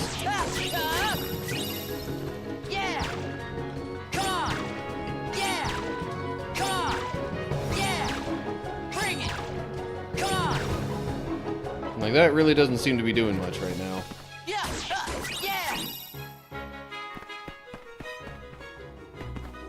I was like, is that the treasure I'm missing? I'm just trying to figure out where this last treasure is that I'm missing. I think there's only one more.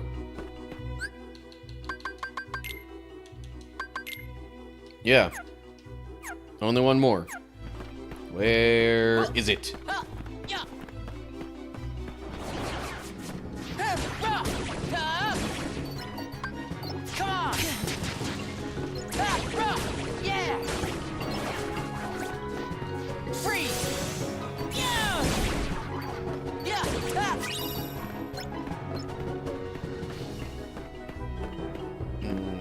Okay. Still haven't found one.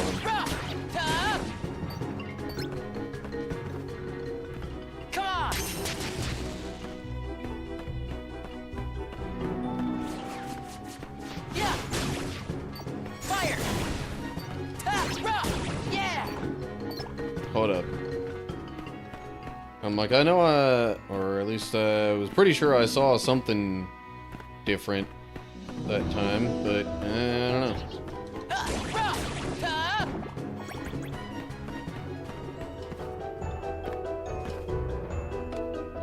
Did I? Yeah, I did get this. So where's the treasure that I'm missing?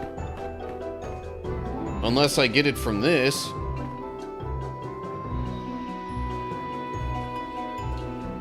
Alright, so the previous powerful negative energy that we saw in Disney Town was just like a challenge thing. It wasn't like some major boss battle.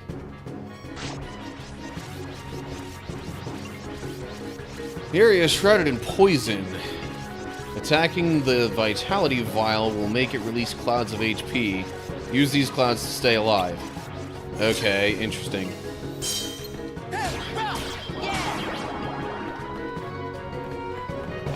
Where is it now? Oh. Okay. Didn't realize that was how it would work. Let me retry that. So once it disappears, lock on.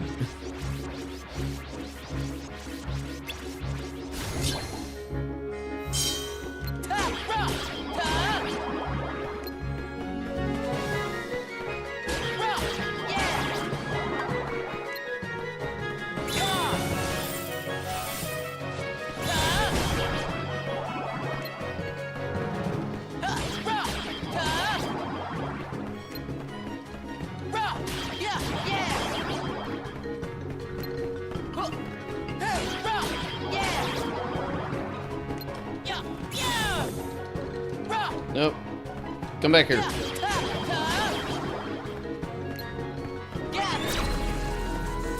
That didn't really help me. Okay, well, I lasted a lot longer that time.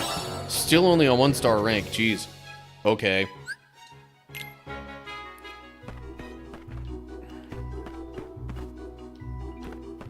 Okay, but seriously, where's this last treasure chest that I'm missing? This seems like the most likely place that it would be, but at the same time, I have not seen anything.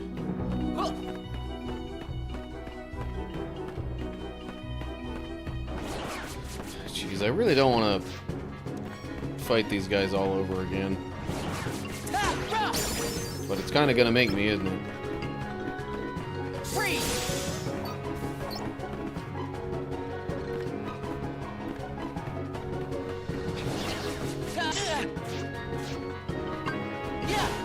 Oh, come on. Okay, whatever.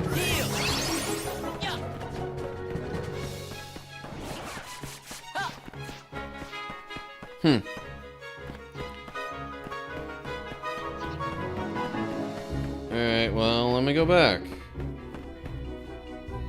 See where all else I might have not looked. I mean, checked over here.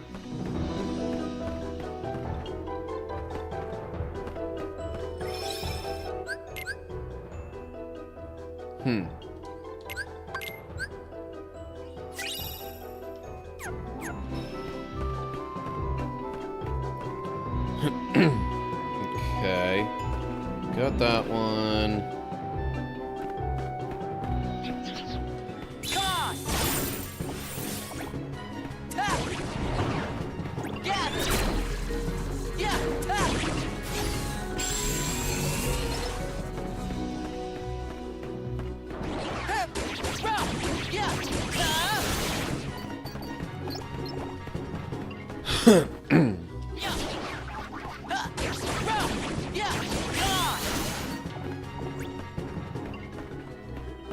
Hold up. I'm like, what's going on here? Camera was doing some weird stuff.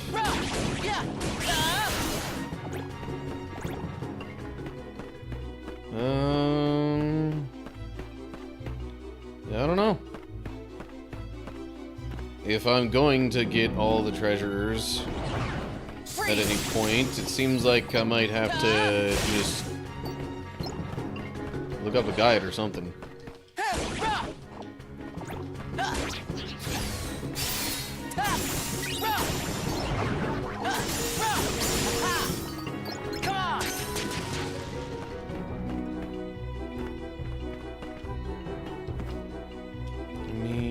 See anything there?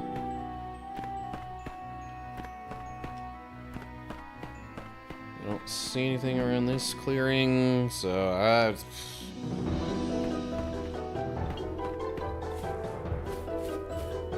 unless I'm gonna head back for more story later, and it's just keeping me out of that one section because of that.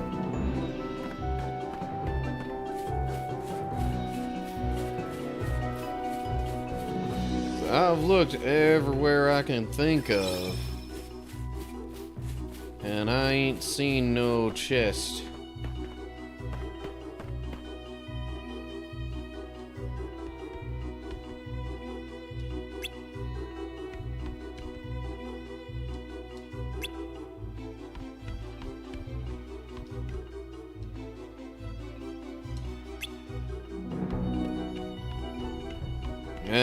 I don't know. Okay, well...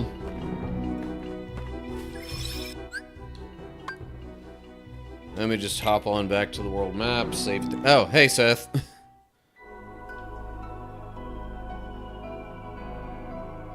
Still kind of bugs me that there's just one treasure that I'm missing from here.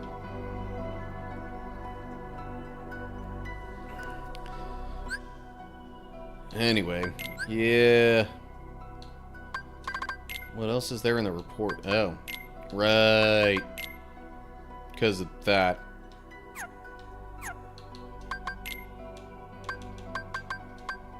Vitality vial.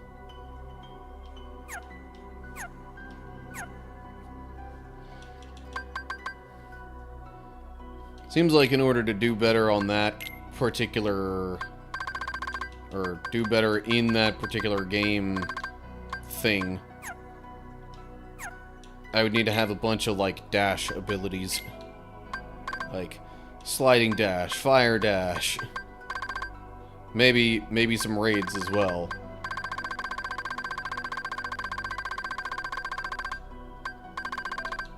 Mega Elixir, that's its name. Okay. Pulse Bomb is level 5. Didn't realize the shot locks went up that high.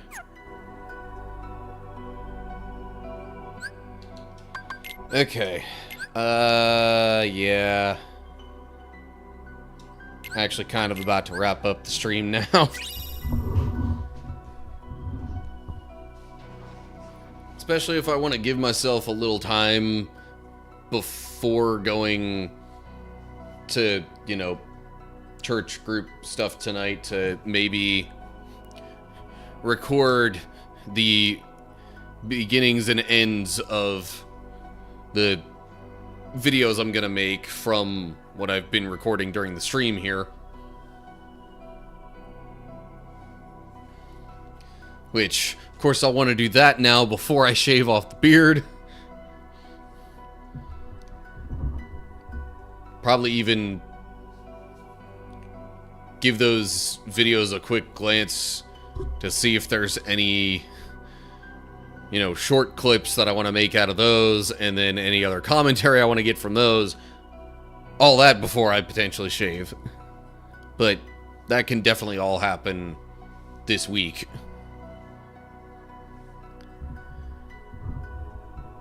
Oh, man. So, yeah, I definitely have some, going back and exploring that I can do in some of these worlds, though, to find some of these treasures that I've been missing up until this point. Except Olympus is complete. So, not missing anything there. But anywho. Oh yeah, and this is also complete. Okay, whatever.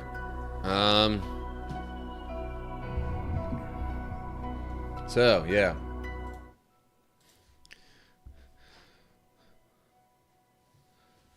Well, that is gonna do it for me today. Anybody like maybe Seth, who has not been here particularly long,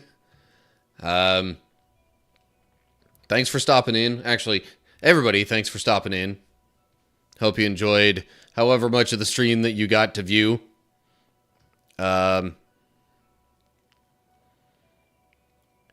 I will be live once again on Saturday. Not 100% sure if I'm going to focus entirely on Kingdom Hearts 2 again, or if I'll bring in some Birth by Sleep stuff. Do a little more exploring around like I did towards the end of this.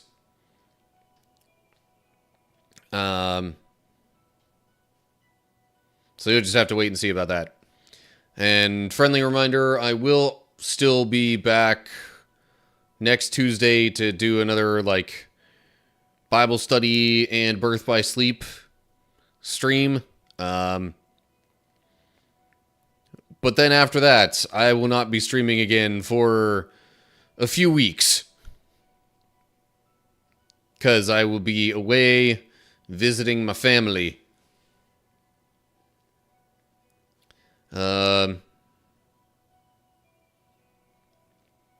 So yeah, that's kind of all that I've got coming up. Hopefully I can see you in the next week for another stream. If not, then see you next year. But whatever ends up being the case, till next time, stay cool, everybody.